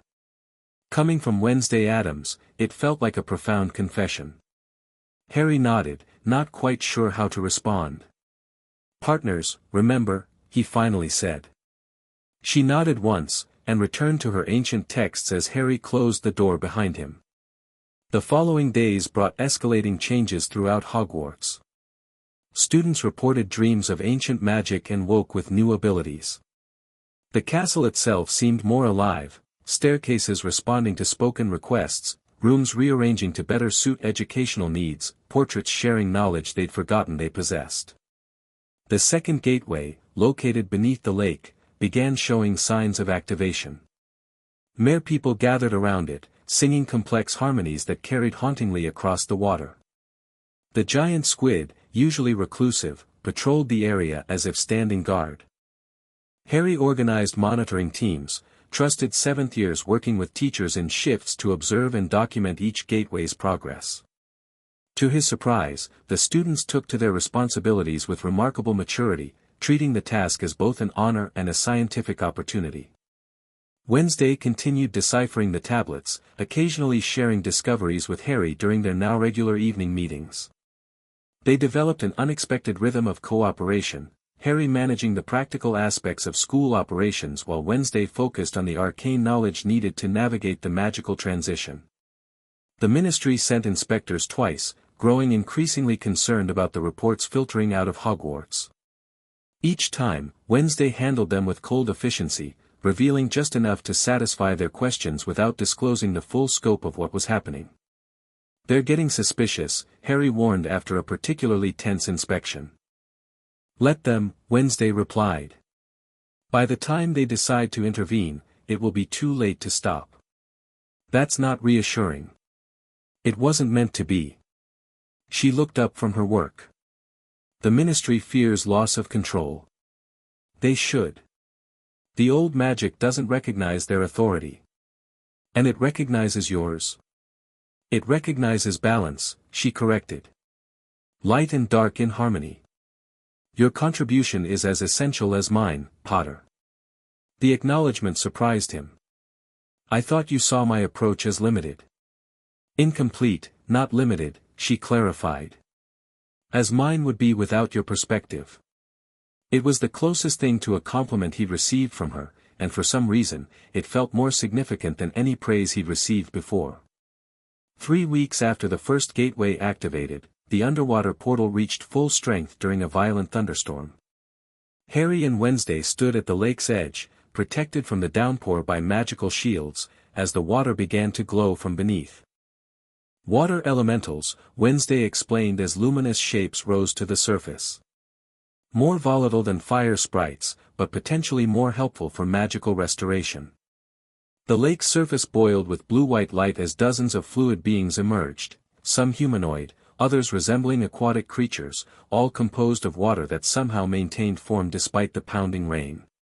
Unlike the fire elementals, these beings moved with purpose, spreading outward from the lake in streams that flowed against gravity. They moved up the castle walls, into the ground, through open windows, water that behaved like conscious liquid.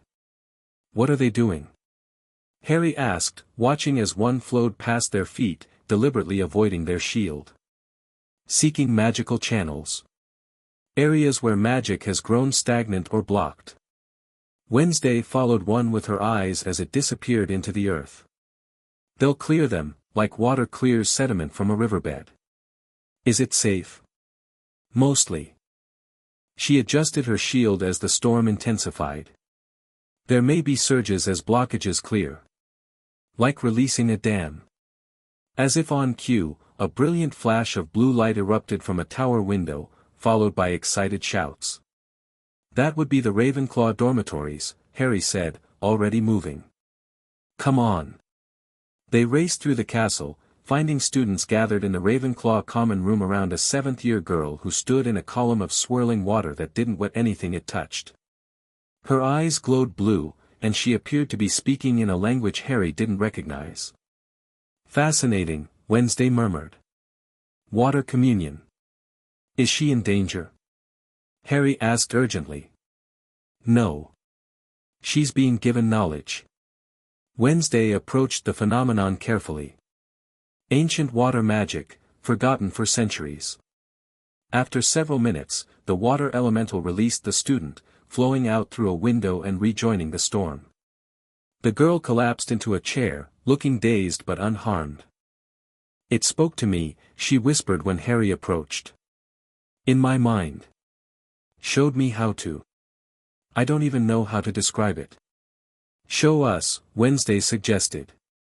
The girl nodded, then made a flowing gesture with her hand. Water from a nearby pitcher rose and formed complex patterns in the air, moving with a precision that should have required years of specialized training. Elemental manipulation, Wednesday explained to the awed students. Direct communication with water itself rather than magical coercion. It said others would be chosen too, the girl added. Different elements for different affinities. Similar reports came throughout the night, students experiencing sudden connections with elemental forces, receiving knowledge directly from the beings emerging from the gateways. By morning, Hogwarts had a dozen students with abilities that hadn't been seen in the wizarding world for centuries. The faculty gathered for an emergency meeting, many looking both exhausted and alarmed. "This is beyond our ability to manage," Flitwick declared. "Students performing magic that isn't in any textbook, that we ourselves don't understand." "Perhaps that's the point," Wednesday replied calmly. "The students are becoming the teachers." "That's absurd." Professor Sprout objected. "They're children. They're the future," Harry interjected. "If magic is evolving, shouldn't they evolve with it?" McGonagall looked troubled. "And what of safety? Regulation? Some of what we're seeing borders on wild magic, unpredictable and potentially dangerous. Which is why we need to guide them, not restrict them," Wednesday argued. "Create new frameworks that incorporate these abilities rather than suppressing them." The debate continued until Addams burst into the room, looking even more manic than usual. "Spectacular news," he announced. "The ministries called an emergency session of the Wizengamot. They're voting on whether to shut us down." The room fell silent. "How is that spectacular news?" McGonagall asked faintly. "Because it's too late." Gomez did a little dance of delight. 3 gateways active, students transformed, castle awake. Bureaucracy always loses to revolution. "Father," Wednesday said in a warning tone. "Revolution?" McGonagall repeated sharply. "Is that what this is?" Wednesday fixed her father with a look that would have withered a lesser man. Gomez merely grinned unrepentantly. "A revolution of understanding," Wednesday clarified. "Not political overthrow. Though that might come later." Gomez added cheerfully. "The best educational reforms often do." Harry intervened before things could escalate further. "Let's focus on the immediate issue. If the ministry's voting on intervention, we need to prepare. Show them that what's happening here is beneficial, not dangerous." "They won't see it that way," Wednesday said. "Not yet." "Then we make them see," Harry insisted. "The students who've connected with elementals, they can demonstrate control, purpose. Show this isn't random chaos." Wednesday considered this. "A demonstration. Yes, that could work." She turned to her father. "When is the vote?" "Tomorrow noon," Gomez declared. "Plenty of time to prepare something suitably dramatic." And so began one of the strangest days in Hogwarts history, students and teachers working together to prepare presentations of the new magical abilities emerging throughout the school. The Addams family moved through it all like conductors of a bizarre orchestra, offering suggestions, equipment, and occasional demonstrations of their own unusual magical talents. Harry found himself working closely with Wednesday, selecting students who could best articulate the changes they'd experienced. To his surprise, she showed remarkable patience with the younger ones, explaining complex concepts in terms they could understand without condescension. "You're good with them," he commented as they watched a group practicing elemental control in the courtyard. "I wouldn't have expected that." Children are naturally open to darkness, she replied. It's adults who fear shadows. Is that how you see what's happening? As darkness? I see it as balance. She adjusted a student's stance with gentle hands. Darkness and light are arbitrary distinctions. True magic exists in the spaces between categories. By evening, they had prepared as best they could. Students were briefed, demonstrations rehearsed, evidence compiled. Whether it would be enough remained to be seen. As the castle settled for the night, Harry found Wednesday in the astronomy tower, gazing at the stars with unusual intensity. Couldn't sleep, he asked, joining her. Waiting, she replied. For what? She pointed upward. The alignment. It happens tonight. Harry looked up but saw only the usual constellations. What alignment? Celestial Gateway. The third to activate. She traced a pattern in the air. When those 7 stars align perfectly, the veil thins. Cosmic energies enter our realm. Is it dangerous? All power is dangerous, Potter. But necessary. They stood in silence, watching the stars shift imperceptibly across the sky. Despite the tension of their situation, Harry found himself oddly at peace in that moment, standing beside this strange woman he'd come to respect, awaiting ancient magic under an endless sky. Wednesday, he said quietly, what happens when all 7 gateways activate? She turned to look at him, her face pale in the starlight. Convergence. The final restoration of magic to its original state. And then? Then everything changes. She looked back at the stars. Wizarding society as you know it will transform or collapse. New forms will emerge. Old powers will return. Is that what the Addams family wants? Collapse? We want life, she said simply. Vibrant, chaotic, beautiful magical life.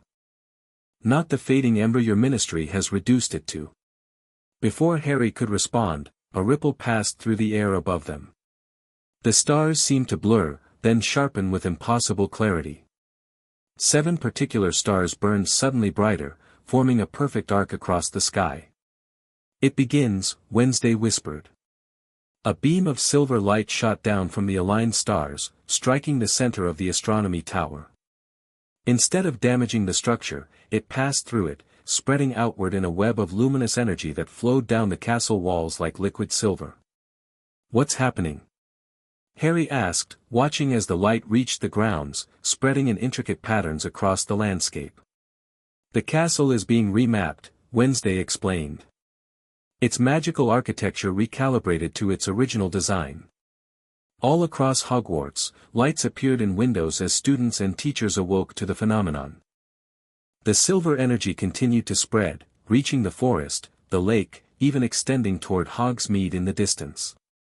Wednesday moved to the center of the tower where the beam had struck, kneeling to examine the stone. A symbol had been burned into it, the same mark she bore on her wrist. The Keeper's sign, she murmured. The celestial beings acknowledge our work. Harry joined her, feeling an unusual warmth emanating from the symbol. What does it mean? It means we're on the right path. She traced the mark. And that will have help for what comes next. The ministry? Among other challenges. She stood. The convergence draws attention from beyond our world. Not all of it benevolent. As if summoned by her words, a shimmering figure materialized beside them, not fully corporeal, but more substantial than a ghost. It resembled a being composed of starlight, vaguely humanoid but with features that shifted constantly. Keeper, it addressed Wednesday. The barriers thin as prophesied. Yes, she acknowledged. Is the council concerned? Observant, the being corrected. It has been many cycles since the last convergence. This realm has changed significantly. It turned its attention to Harry, studying him with eyes that seemed to contain entire galaxies. This one carries the mark of death and survival. Interesting. He's my partner in this work, Wednesday explained. Harry Potter. We know of you, Harry Potter, the being said. Your passage through Death's Veil created ripples that reached even our realm. Harry felt a chill. You know about that? Death is a gateway like any other, the being replied. Those who cross and return are changed in ways beyond mortal understanding. Wednesday looked at Harry with new interest. You never mentioned that part. I don't fully understand it myself, Harry admitted. The celestial being moved around the tower, examining the silver energy still flowing through the castle. The convergence progresses well, but faces opposition. The rigid ones gather to stop what they cannot control. The ministry, Harry translated. Yes. And others who fear the old ways. The being turned back to them. We will send guides to those who show affinity for celestial magic. Teach them our ways.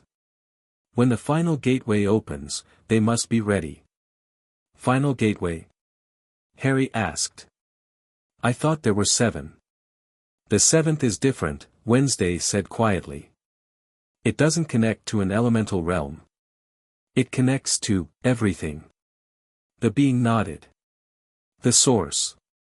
The origin. That which mortals have many names for, yet cannot truly comprehend. With that cryptic statement, it began to fade. Prepare your students, Keeper. The true challenge approaches. After it vanished, Harry turned to Wednesday. You never mentioned the source. What exactly is the 7th gateway connecting to? She hesitated, something he rarely witnessed from her. It's complicated. Try me, he insisted. No more secrets, Wednesday. She sighed. The 7th gateway, the one at King's Cross, it connects directly to the primordial source of all magic.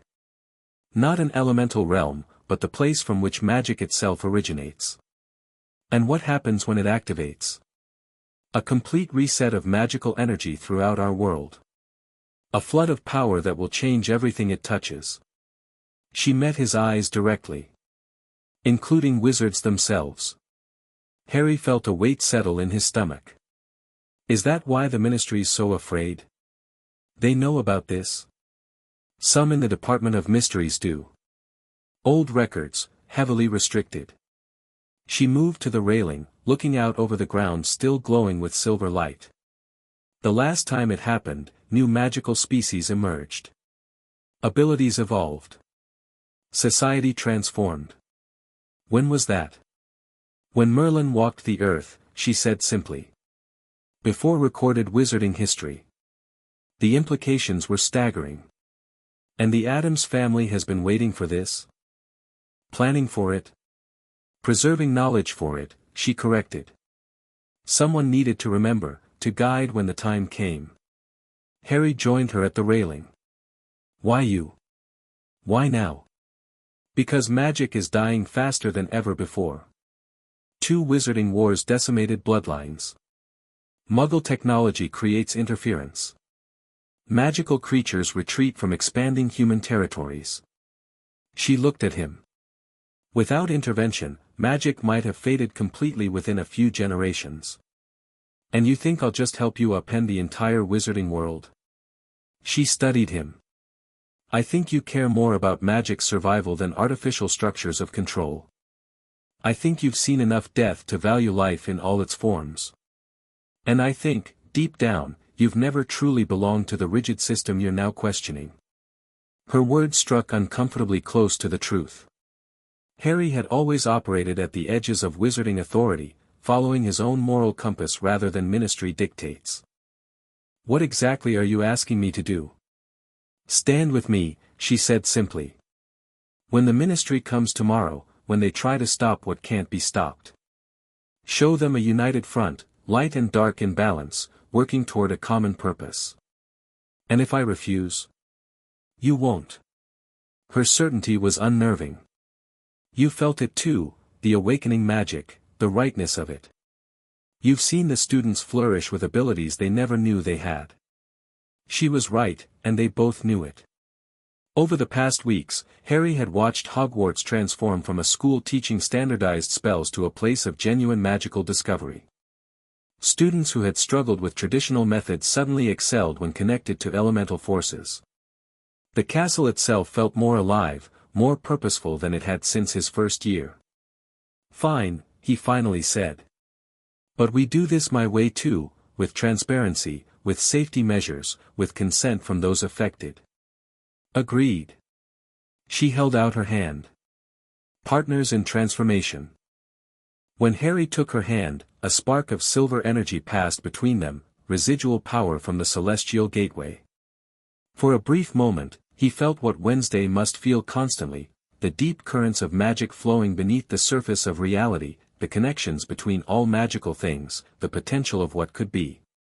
"Oh," he said softly, understanding at last what truly motivated her.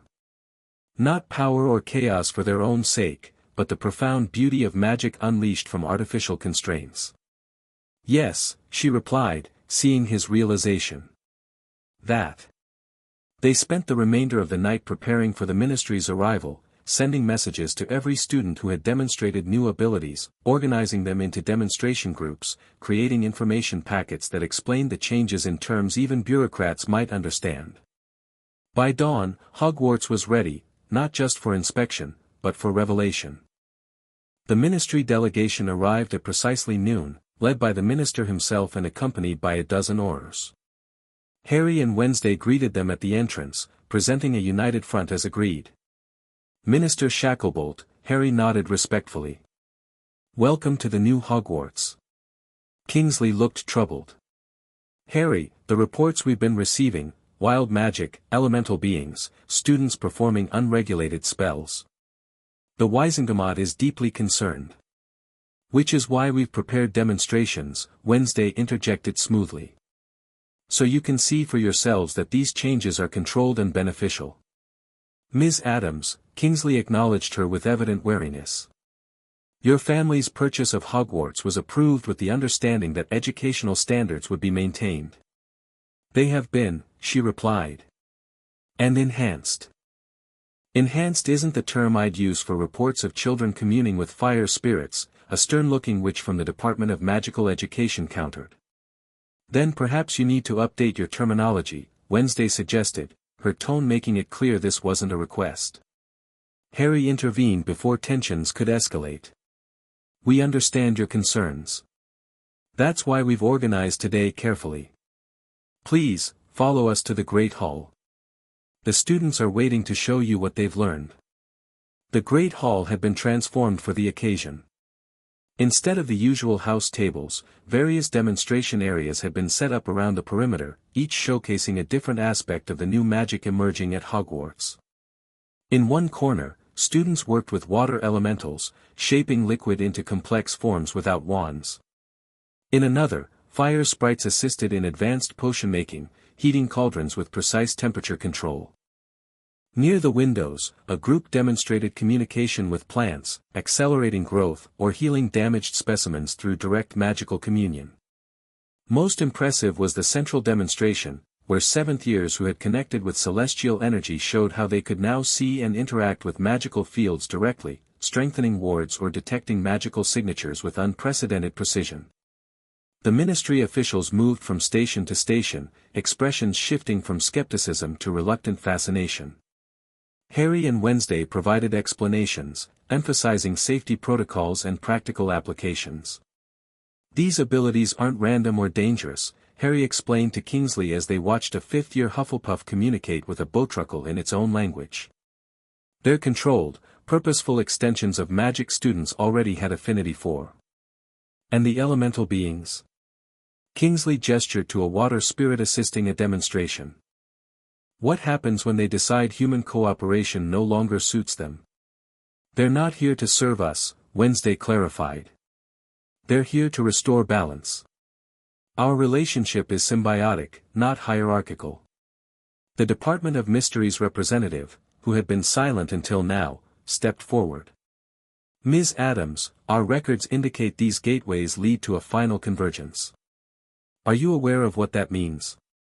"Fully," she replied without hesitation. The restoration of magic to its original potency and versatility. And the disruption to our entire society, the woman pressed. The collapse of standardized magical education. Ministry regulatory systems. Evolution is rarely convenient for existing power structures, Wednesday said coldly. But it is necessary for survival. The tension in the room heightened perceptibly. Harry moved closer to Wednesday, presenting a united front. What a mess. Addams means, he interjected, is that we can adapt our systems to incorporate these changes rather than resist them. The students are already showing us how. Kingsley pulled Harry aside. Harry, I've trusted your judgment in the past, but this goes beyond educational reform. The activation of all 7 gateways could fundamentally alter magical reality itself. I know, Harry said quietly. And I think it needs to happen. Kingsley looked stunned. You can't be serious. I've seen what's possible when students connect directly with magical sources, Harry explained. The limitations we've accepted as normal, they're artificial, Kingsley. Created by wizards who wanted to control and standardize magic. For safety. For stability. And now for stagnation, Harry countered. Magic is dying. We've all seen the statistics, fewer magical births each generation, weaker connections to core magical abilities. These gateways are a natural correction. The minister studied him. And the Addams family? Do you trust their motives in all this? Harry glanced at Wednesday, who was calmly demonstrating the application of elemental fire to a ministry official. I trust that they know more about this process than we do, he said carefully. And that Wednesday is committed to managing it safely. Kingsley sighed heavily. The Wisengamot won't accept this, Harry. They've already voted to suspend all activities at Hogwarts pending full investigation. By then it will be too late, Harry replied. 3 gateways are already active. The others are awakening. This isn't something you can legislate away. Their conversation was interrupted by a commotion at the entrance.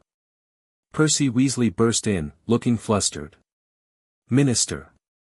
Reports from London, platform 9 3/4 is changing. The gateway is manifesting visible energy signatures. Wednesday joined them immediately. The 4th gateway activates. Earlier than expected. Kingsley looked between them. You knew this would happen. We knew it would happen eventually, Harry clarified. The timing is accelerated. We need to go there, Wednesday said urgently. Now. Absolutely not, Kingsley objected. The ministry will handle this. With all due respect, Minister, Wednesday's voice could have frozen fire, your people have no idea what they're dealing with. This gateway connects to the Earth elemental realm, the most stable but also the most powerful. Mishandling its activation could have catastrophic consequences. Kingsley hesitated, clearly torn between protocol and pragmatism. Let us help, Harry pressed. Wednesday understands these gateways. I've seen her work with the others. After a tense moment, Kingsley nodded. You can accompany us. But this remains under ministry jurisdiction. Of course, Wednesday agreed, her tone suggesting anything but compliance. As arrangements were made for immediate transportation to London, Harry pulled Wednesday aside. For gateways activating within days of each other, that's not coincidence, is it? No, she admitted. The process is accelerating. The celestial alignment last night affected all the remaining gateways, strengthened their connections.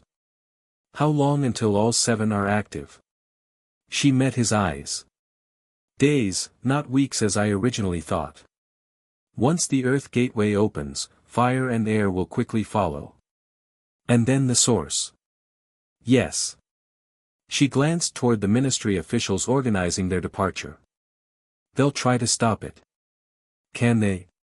Not without destroying the gateways themselves, which would cause far more damage than the activation. Then we need to make them understand that, Harry said firmly. Show them the benefits outweigh the risks. Wednesday studied him with unusual intensity. You've changed, Potter. A month ago you would have stood with them against us. A month ago I didn't understand what was really at stake. He looked around at the students demonstrating their new abilities with confidence and joy. This is what magic should be, alive, evolving, personal. Something like approval flickered in her eyes. Perhaps there's hope for you after all. Within the hour, they stood on platform 9 3/4, which had been evacuated except for ministry personnel and their party from Hogwarts. The brick wall that normally served as the hidden entrance was glowing with earthen tones, amber, sienna, deep umber, pulsing like a heartbeat. It's beautiful, McGonagall murmured, having insisted on accompanying them.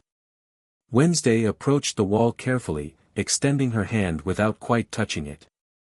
The earth remembers wizards. It welcomed magic into its domain when humans first channeled it. Now it returns that gift. What exactly will come through? Kingsley asked tensely. Earth elementals. Beings of stone, soil, crystal, metal. She stepped back. They'll seek connections with places where earth magic has been used, primarily buildings, monuments, protected lands. Like Hogwarts, Harry realized. Among others. Stonehenge. Avebury. The ministry itself. She glanced at the concerned officials. They won't damage these places. They'll strengthen them, restore their original magical properties. As they watched, the wall began to shift, bricks rearranging themselves into an arch similar to the forest gateway. Through the opening, they glimpsed a landscape of impossible geology, crystal spires, flowing metal rivers, sentient mountains that moved with deliberate grace. Earth realm, Wednesday breathed. Just as the tablets described. The first beings to emerge were small, rabbit-sized creatures of living stone with glittering crystal eyes. They moved cautiously, examining the modern train platform with evident curiosity. More followed, some resembling humanoids crafted from precious metals, others like miniature walking mountains, still others fluid like mercury but clearly conscious. Unlike the previous elemental manifestations, these beings moved with clear purpose. They approached the walls, floors, and support columns of the station, merging temporarily with the materials before moving on, leaving the structures subtly transformed, stronger, more lustrous, humming faintly with earth magic. They're reinforcing, Wednesday explained. Reintroducing elemental properties to constructed materials. Is that safe? An aura demanded, wand half raised. Safer than the alternative, she replied coolly. Your buildings will be more resistant to magical damage, more harmonious with the environment.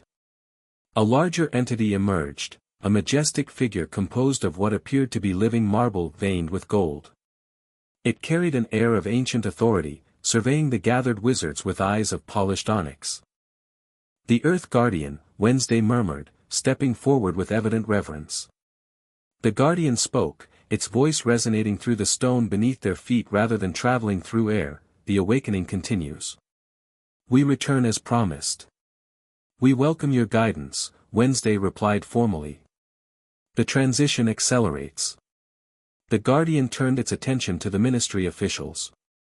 You who have forgotten, will you remember? You who have controlled, will you release? You who have feared, will you embrace?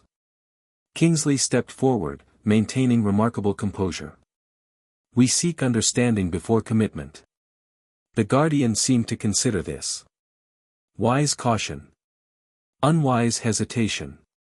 It gestured, and the smaller elementals gathered around it. We will restore what was meant to endure. Those with earth affinity will hear our teaching. The convergence approaches, prepare or be transformed unprepared. With that cryptic warning, the Guardian and its followers moved past the astonished wizards, flowing through the station walls into the greater city beyond. Should we stop them? An auror asked urgently. You cannot, Wednesday stated flatly. Nor should you try. They have a purpose to fulfill. And if that purpose conflicts with Muggle security? Wizard secrecy laws? Kingsley demanded. They won't be visible to those without magical sensitivity, Wednesday assured him. And their work primarily affects magical structures or places where magic has been performed extensively. Harry stepped in. Minister, I suggest we return to Hogwarts. Monitor the changes from there, prepare for the next activations. Next. Kingsley looked alarmed. How many more? 3, Wednesday answered. Fire, air, and... She hesitated. The source. The Department of Mysteries representative paled visibly. The source cannot be allowed to activate. The potential for catastrophic reality distortion is greatly exaggerated, Wednesday cut her off. By those who fear change more than stagnation. Tension crackled between them like static electricity. Harry felt the situation slipping toward confrontation. Let's continue this discussion at Hogwarts, he suggested firmly. Where we can demonstrate the positive effects these changes have already brought. After some argument, Kingsley agreed. As the group prepared to depart, Harry noticed Wednesday hanging back, examining the gateway arch more closely. What is it? He asked quietly, joining her. Timing, she murmured. The activations are happening too quickly. Something's accelerating the process beyond natural progression. Is that dangerous? She frowned slightly. It could be. The system was designed for gradual integration, allowing magic and society to adjust between gateways. Could someone be manipulating it? Perhaps. She touched the arch, tracing a symbol. Or something. Back at Hogwarts, they found the castle humming with increased magical activity. Students reported animated statues conversing with earth elementals, foundations strengthening visibly, and even the Whomping Willow seeming more alive and purposeful in its movements. The ministry delegation observed these changes with mixed reactions, fascination warring with institutional concern. Kingsley called for an emergency communication with the Wizengamot, seeking updated instructions. Harry and Wednesday used the opportunity to consult the stone tablets again, searching for information about accelerated gateway activations. There, Wednesday pointed to a particular symbol sequence. Convergence acceleration can occur if multiple keepers activate simultaneously or what? Her expression darkened. Or if something from the source realm is already present in our world, pulling the other gateways into alignment. Something from the source. What does that mean? A being or object with direct connection to primordial magic. She looked troubled. It would create a magical gravity well, drawing the gateways toward activation faster than the natural sequence allows. Could it be deliberate? Someone trying to force the convergence? Possibly. She closed the tablet. We need to check the remaining gateways. Determine which will activate next and prepare accordingly. The ministry won't let us leave again easily, Harry pointed out. Wednesday almost smiled. Who said anything about asking permission? That night, after the castle had quieted and the ministry representatives had retired to guest quarters, Harry met Wednesday at the entrance to the room of requirement. She had changed from her usual black dress into what appeared to be ritual clothing, still black, but with silver symbols embroidered along the sleeves and hem that matched the gateway markings. The fire gateway is here? Harry asked in surprise. Hidden in plain sight, she confirmed. A room that becomes whatever is needed, the perfect vessel for elemental fire. They paced before the blank wall, Wednesday concentrating intensely. When the door appeared, it was unlike any version of the room Harry had seen before. The entrance glowed with amber light, the door itself appearing to be made of metal that rippled like liquid. Prepare yourself, Wednesday warned. Fire elementals are the most unpredictable of all. When they entered, Harry understood why the room had been chosen for this gateway. The space had transformed into what appeared to be the interior of a volcano, walls of black stone veined with magma, a central pit filled with swirling fire that somehow didn't produce unbearable heat. Ancient symbols encircled the pit, glowing with the same energy they'd seen at the other gateways. "It's already activating," Wednesday observed, moving closer to the fire pit. "Faster than it should be. Can you slow it down?" "I can try." She knelt before the pit, drawing a silver knife from her sleeve. "Blood of the keeper can regulate the flow." Before Harry could object, she cut her palm and let several drops fall into the swirling fire. The flames surged upward, then stabilized, becoming less chaotic. "Better," she murmured. But still accelerated. As they watched, the fire began to take forms, creatures of pure flame moving with conscious purpose, examining the room and its occupants with curious intensity. Unlike the other elementals, these seemed more volatile, their shapes constantly shifting, emotions visibly flickering through their fiery bodies. "They're younger," Wednesday explained, seeing Harry's expression. "Fire is the most recently evolved elemental consciousness. Still learning its own nature." A particularly large fire being approached them, its form suggesting a massive bird with outstretched wings of flame. It regarded them with intelligence, cocking its head in a curiously avian manner. "Phoenix fire," Wednesday identified. "The guardian aspect of this realm." The fire bird spoke, its voice crackling like flames, the pattern fractures. "Too swift. Too soon." "We've noticed," Wednesday replied. "Something accelerates the convergence."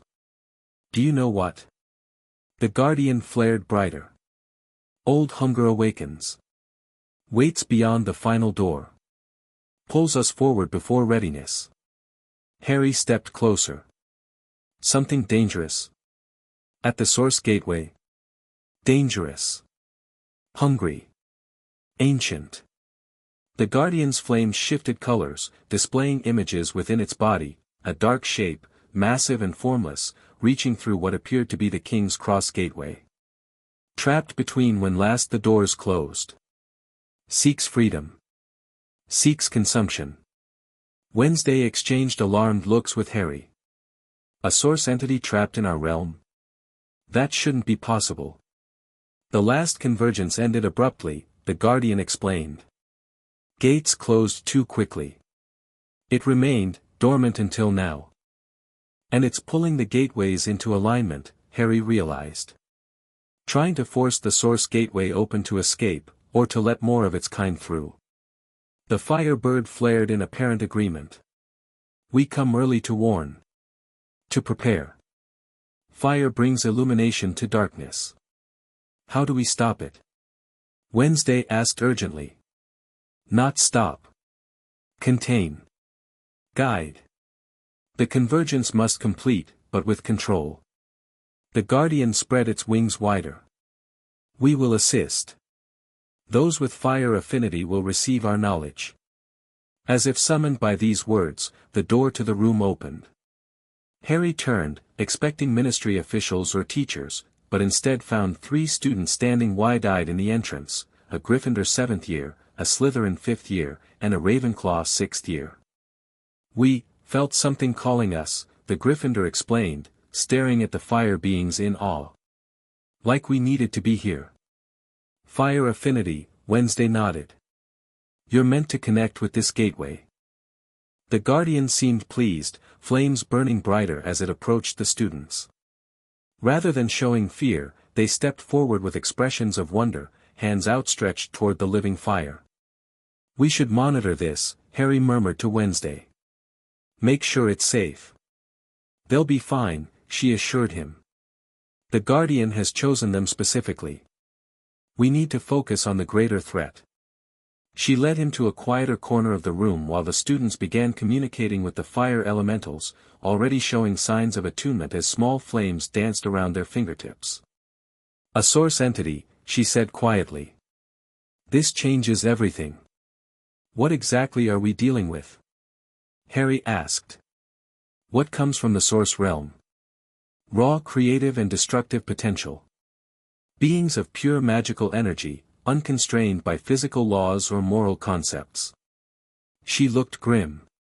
"If one has been trapped here, dormant for centuries, its awakening could be catastrophic. How do we stop it?" We don't stop the convergence, she clarified. We guide it.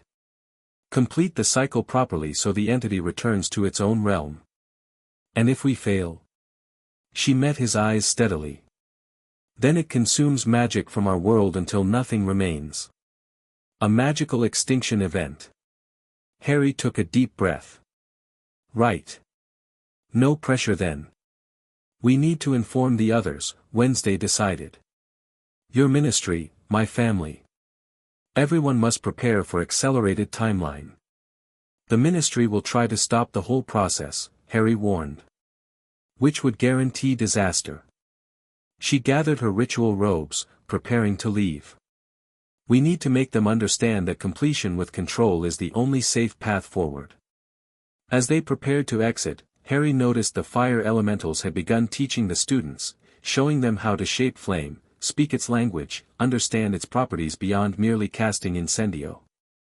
The sight reminded him powerfully of his own early experiences with magic, the wonder, the sense of connecting to something greater than himself. This is why we need to succeed, he said quietly. So they can have this. Wednesday followed his gaze. For once, her expression softened slightly. Yes. Exactly that. By morning, the fire gateway was fully active, with fire elementals establishing themselves throughout the castle, primarily in hearths, torches, and the kitchens. Unlike the more passive water and earth beings, these made their presence known dramatically, sometimes reshaping flames into messages or images, startling students and teachers alike. The air gateway activated without warning shortly before noon, a sudden windstorm centering on the highest tower, spiraling outward to encompass the entire castle. Wind elementals, nearly invisible except for the patterns they created in air currents, swept through corridors and classrooms, communing with students who showed affinity for air magic. The rapid succession of activations created precisely the panic Harry and Wednesday had hoped to avoid. Ministry officials called for emergency containment, while Hogwarts staff struggled to maintain order among excited and sometimes frightened students. In the midst of this chaos, Harry and Wednesday tried desperately to explain the true danger, not the elementals themselves, but the source entity manipulating the process. You expect us to believe that completing this convergence is safer than stopping it? Kingsley demanded during a tense meeting in the headmaster's office. When these elemental beings are already disrupting the entire school. They're not disrupting, they're transforming, Wednesday countered. And yes, controlled completion is absolutely safer than interruption. The entity trapped between realms is the real threat, Harry added. If we don't complete the cycle properly, it remains here, growing stronger as it consumes magical energy. The Department of Mysteries representative, who had introduced herself as Unspeakable Winters, leaned forward. Our records mention something similar, an incident during Merlin's time. A darkness that nearly destroyed all magic before the gateways were sealed. The same entity, likely, Wednesday nodded. Trapped when the last convergence ended abruptly. All the more reason to seal these gateways now, another ministry official argued. Contain it before it grows stronger. Sealing the gateways would only trap it here permanently, Wednesday explained with forced patience. The convergence creates a natural flow that will carry it back to its own realm, if properly guided. By you, I suppose. The skepticism in Kingsley's voice was palpable. By those with the knowledge to do so, she replied coolly. My family has preserved the required rituals for generations precisely for this moment. Harry intervened before arguments could escalate further. Minister, I understand your concerns. But I've witnessed the gateway activations firsthand. Wednesday's explanations have consistently proven accurate. I believe she's right about this too. And if she's wrong? Kingsley asked quietly. If completing this convergence releases something worse. Then we'll face it together, Harry replied firmly. But attempting to halt the process now would definitely be catastrophic. The debate continued for hours, with Gomez and Morticia eventually joining to provide additional family lore about previous convergences. Finally, a compromise was reached. The ministry would allow the process to continue under strict observation, with unspeakables documenting everything and emergency containment teams standing by. As the meeting dispersed, Harry pulled Wednesday aside. "That went better than expected." "Only because the alternative frightens them more," she replied. "We still need to prepare for the Source Gateway. It will activate within 24 hours at this accelerated rate." "What do we need?" "My parents are gathering the family grimoires. We'll need 7 practitioners aligned with the elemental aspects to channel the energy flow." She looked at him intently. "You'll represent light magic. I'll represent shadow. Together we'll anchor the central binding." "Me? Why?" "Because you've crossed death's threshold and returned. It creates a unique resonance with source energy." She hesitated. "And because we've developed synchronicity." Harry wasn't entirely sure what that meant, but he recognized the significance of Wednesday Addams acknowledging any kind of connection. "What about the other 5? "Students who've bonded with the elemental guardians," she explained. "They're already being prepared by the beings themselves." As night fell, Hogwarts took on an almost festival atmosphere despite the tension. Elemental beings moved freely throughout the castle, interacting with students and teachers who showed particular affinities. The building itself seemed more alive than ever, stones glowing softly with earth magic, flames dancing with conscious joy, water flowing in artistic patterns, air currents carrying whispered knowledge. Harry found himself on the astronomy tower again, watching this transformation with mixed emotions, wonder at the beauty of it, concern about the danger still to come. Wednesday joined him, carrying ancient books bound in materials Harry preferred not to identify. "Beautiful, isn't it?" he commented as a flock of air sylphs created an aurora-like display above the forest. "Yes," she agreed simply. "Magic as it was meant to be. Wild yet harmonious. Will it stay this way after the convergence?" "Not with this intensity," she admitted. "But the connections formed won't be lost. The elemental beings will remain, though fewer in number. The knowledge they've shared will endure." Harry nodded, finding himself surprisingly comfortable with this new magical reality despite its strangeness. "What happens to us?" "To wizards?" "Evolution," she replied. "Gradual but significant. Children born after the convergence will have stronger connections to elemental affinities. Less rigid magical channels. Eventually, different forms of focus tools beyond wands." "And the ministry? Magical government?" "That depends on them." She set her books down on the stone parapet. "Adapt or become obsolete. Wisdom or extinction." Harry smiled slightly. "You've got a real way with optimistic predictions, you know that." To his surprise, Wednesday's lips curved in what might almost be called a smile. "Optimism is overrated. Reality is more interesting." They worked through the night, studying the ancient texts, preparing the ritual that would guide the final convergence. Wednesday's family joined them in shifts, each Addams contributing unique knowledge, Morticia's expertise in ritual components, Gomez's surprising scholarship on magical architecture, Grandmama's centuries of practical experience with elemental bindings. By dawn, they had a plan, complex, dangerous, but potentially effective if executed perfectly. The Source Gateway will activate at the exact moment all other gateways reach peak energy, Wednesday explained to the assembled group of teachers, ministry officials, and selected students. "We'll need teams at each gateway to maintain stability while Harry and I lead the central binding at King's Cross. The entity will resist," Morticia added, looking unusually serious. "It has grown stronger feeding on magical energy between convergences. It will fight to remain.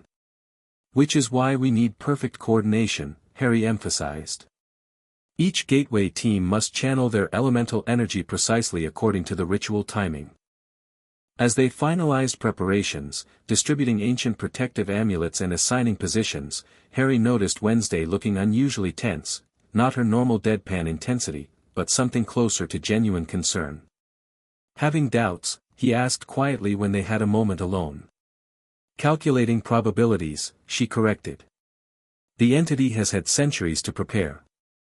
We've had weeks. We also have something it doesn't, Harry pointed out. What's that? An Addams and a Potter working together, he said with a half-smile. Pretty sure that's not in any prophecy or prediction. She studied him for a moment. You've changed, Potter. For better or worse? Different, she replied thoughtfully. More, liminal. Between light and shadow now, rather than purely in light.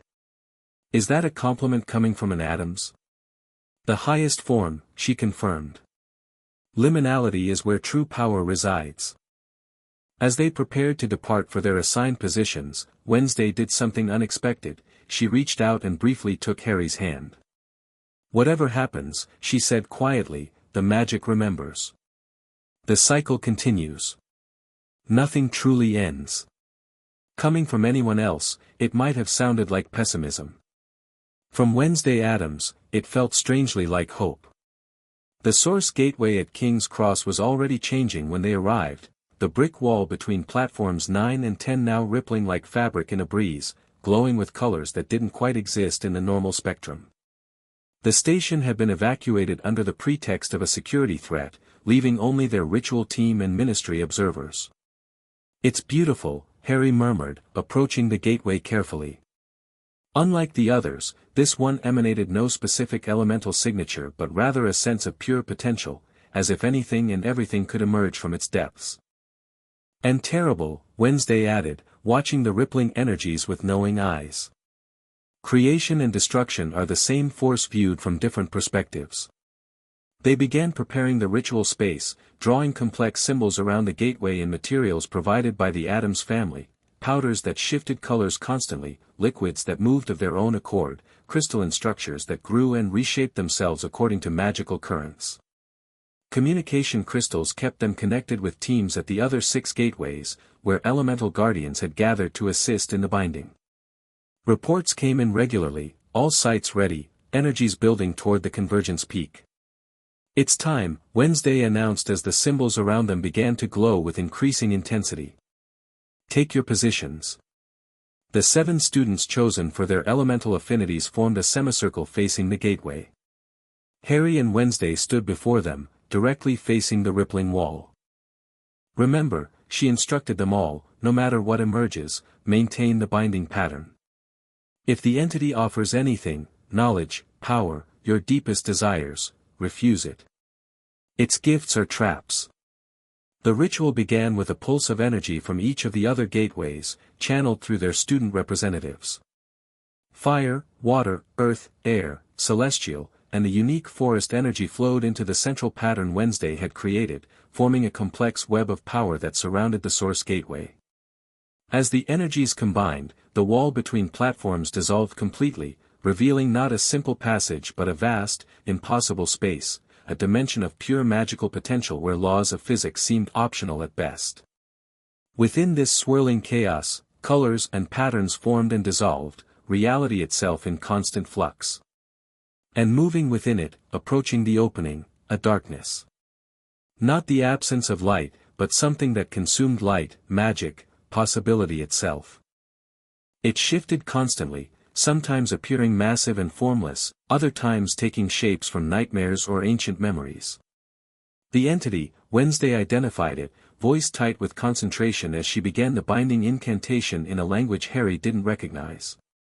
Harry joined her, reciting the English translation they had prepared, their voices weaving together in counterpoint. The magical web tightened around the gateway, creating a channel that would guide the convergence energy, and hopefully force the entity back to its own realm. The darkness reacted immediately, sending tendrils of anti-light toward them, testing their defenses. Where these touched the ritual barrier, reality itself seemed to warp and distort. Hold, Wednesday commanded as several students gasped at the sight. Maintain your focus. The entity grew more aggressive, forming what appeared to be a massive face, features constantly shifting between human, beast, and things never seen on Earth. Its voice, when it spoke, resonated not through air but through the magical field itself, vibrating in their bones. Keepers, it acknowledged them. Futile. I have waited eons. I have grown strong on your world's magic. You fed on our scraps, Wednesday replied, not pausing in her ritual movements. Return to your realm where true power flows. I offer knowledge. Ancient secrets. Power beyond understanding. Harry felt the entity's attention shift specifically to him, a pressure in his mind similar to legilimency but infinitely more powerful. Harry Potter, it resonated. Master of Death. Join me. Learn what lies beyond the veil. Control it. Bring back those you've lost. Images flooded Harry's mind, his parents, Sirius, Remus, Fred, all returned from Death's realm. Knowledge of magic beyond anything taught at Hogwarts. Power to reshape reality itself. For a moment, he faltered, the temptation almost overwhelming. Wednesday's hand gripped his arm painfully. It lies, she hissed. Or worse, offers corrupted truth. Focus, Potter. Harry shook off the entity's influence with effort, strengthening the binding chant. The magical web contracted further, channeling convergence energy through the gateway in a controlled flow. The entity howled in frustration, its form contracting and expanding violently. The Addams line. Traitors to chaos. You could command darkness, yet choose to serve order. We serve neither, Wednesday replied coldly. We maintain balance. Something you cannot comprehend. As the ritual reached its peak, the other gateways pulsed simultaneously, sending waves of elemental power through their student channels. The combined energy struck the entity like a physical force, pushing it back toward the source realm. It fought viciously, lashing out with tendrils of anti-magic that sought weaknesses in their pattern. One struck the water elemental student, who screamed and collapsed. The pattern wavered dangerously. Gap in the binding. Harry shouted. We're losing containment. Without hesitation, Wednesday altered the ritual, pulling the water element's energy through herself instead, a dangerous substitution that caused her to gasp in pain as incompatible magic flowed through her body. Can't hold it long, she gritted out. Complete the binding, Potter. Now. Harry recognized what she was doing, sacrificing herself if necessary to maintain the pattern long enough for completion. Something fierce and protective surged within him. Together or not at all, he replied, grabbing her free hand and taking half the water element's flow into himself. The pain was immediate and shocking, like being simultaneously burned and drowned. But the connection between them stabilized the ritual, the pattern reforming with renewed strength. The entity shrieked as the binding constricted around it, forcing it back toward the gateway. This changes nothing. I will return. The cycle continues. But not today, Wednesday replied, her voice strained but triumphant. Not through this convergence. With a final pulse of combined elemental energy, the binding completed. The entity was forced fully back into the source realm, howling its defiance as the gateway began to close. But before it sealed completely, the promised convergence occurred, a flood of pure magical energy pouring through all 7 gateways simultaneously, washing over the ritual participants, spreading outward in an invisible wave that would eventually encompass the entire world. Harry and Wednesday maintained their position, hands clasped, anchoring the flow to prevent chaos. Through their connection, Harry sensed the magic spreading, restoring, balancing, awakening dormant potential in everything it touched. Finally, the gateways pulsed one last time and stabilized, not closing completely as they had in previous cycles, but remaining as thin, permanent connections to their respective elemental realms. The convergence was complete, but the separation between worlds would never again be as absolute as before. In the aftermath, as ministry officials rushed to check on fallen students and assess the results, Harry and Wednesday remained where they were, still connected, experiencing the changed magical reality with new senses. It worked, Harry said finally, his voice sounding strange to his own ears, resonating with subtle harmonics that hadn't been there before. Yes, Wednesday agreed, looking around with wide eyes that reflected colors not previously visible. And more than intended. What do you mean? The convergence was supposed to restore magical balance, she explained. But because of our improvisation during the binding, it's done something more. Created new connections. Harry understood what she meant. He could feel it himself, a heightened awareness of magical currents, a deeper connection to the elements, an ability to sense the intentions of magic itself. Around them, the other ritual participants were having similar experiences, looking at their hands in wonder as small manifestations of their elemental affinities danced across their skin. "Is this permanent?" he asked. "For us, yes," she confirmed. "We were at the center. For others, it varies by proximity and magical sensitivity." Ministry officials approached, looking both awed and something went wrong with this response. "Please try again. Trace ID, 302BF554, F3BF." Let's continue straight into the next chapter. Chapter 3, The Awakening. The sealed chamber's secrets begin to leak into the school. Wednesday and Harry lead an expedition to investigate with selected students. Gomez and Morticia host a macabre school gala that attracts important wizarding families. Ancient entity attempts to possess students, but finds Addams family members indigestible. Ministry officials revealed to have known about the danger and sold the school to make it the Addams problem. Harry and Wednesday combine their magical approaches to contain the initial manifestation. Full awakening of the entity forces evacuation of most students. Wednesday, Harry, and the Addams family prepare for the final confrontation. Epic battle combining Addams' weirdness and Potterverse magic. Resolution that leaves Hogwarts transformed but preserved. End with Harry accepting a permanent position as co-headmaster with Wednesday, creating a new era for magical education. This outline provides a framework for the 3 chapters, each of which will be developed to the 10,000 plus word requirement. The story combines elements from both universes while creating something new, focusing on the character dynamics between Harry and Wednesday while maintaining the quirky horror elements of the Addams family and the magical wonder of Harry Potter. I'll wait for approval of this outline before proceeding with writing the full chapters. When darkness meets magic, the Addams take Hogwarts. Story outline. Overall plot. In a post-war wizarding world, Hogwarts faces financial collapse due to extensive Battle of Hogwarts damage and ministry budget cuts. Enter the eccentric and wealthy Addams family, with Gomez seeing the perfect investment opportunity in the ancient magical school. The ministry reluctantly sells Hogwarts to the Addams with strict conditions. Wednesday Addams, now a formidable occultist in her 20s, becomes Harry Potter's private headmistress, a position created to maintain wizarding oversight while giving the Addams operational control. Harry, who returned to teach defense against dark arts after an Auror career, must adapt to this bizarre new arrangement.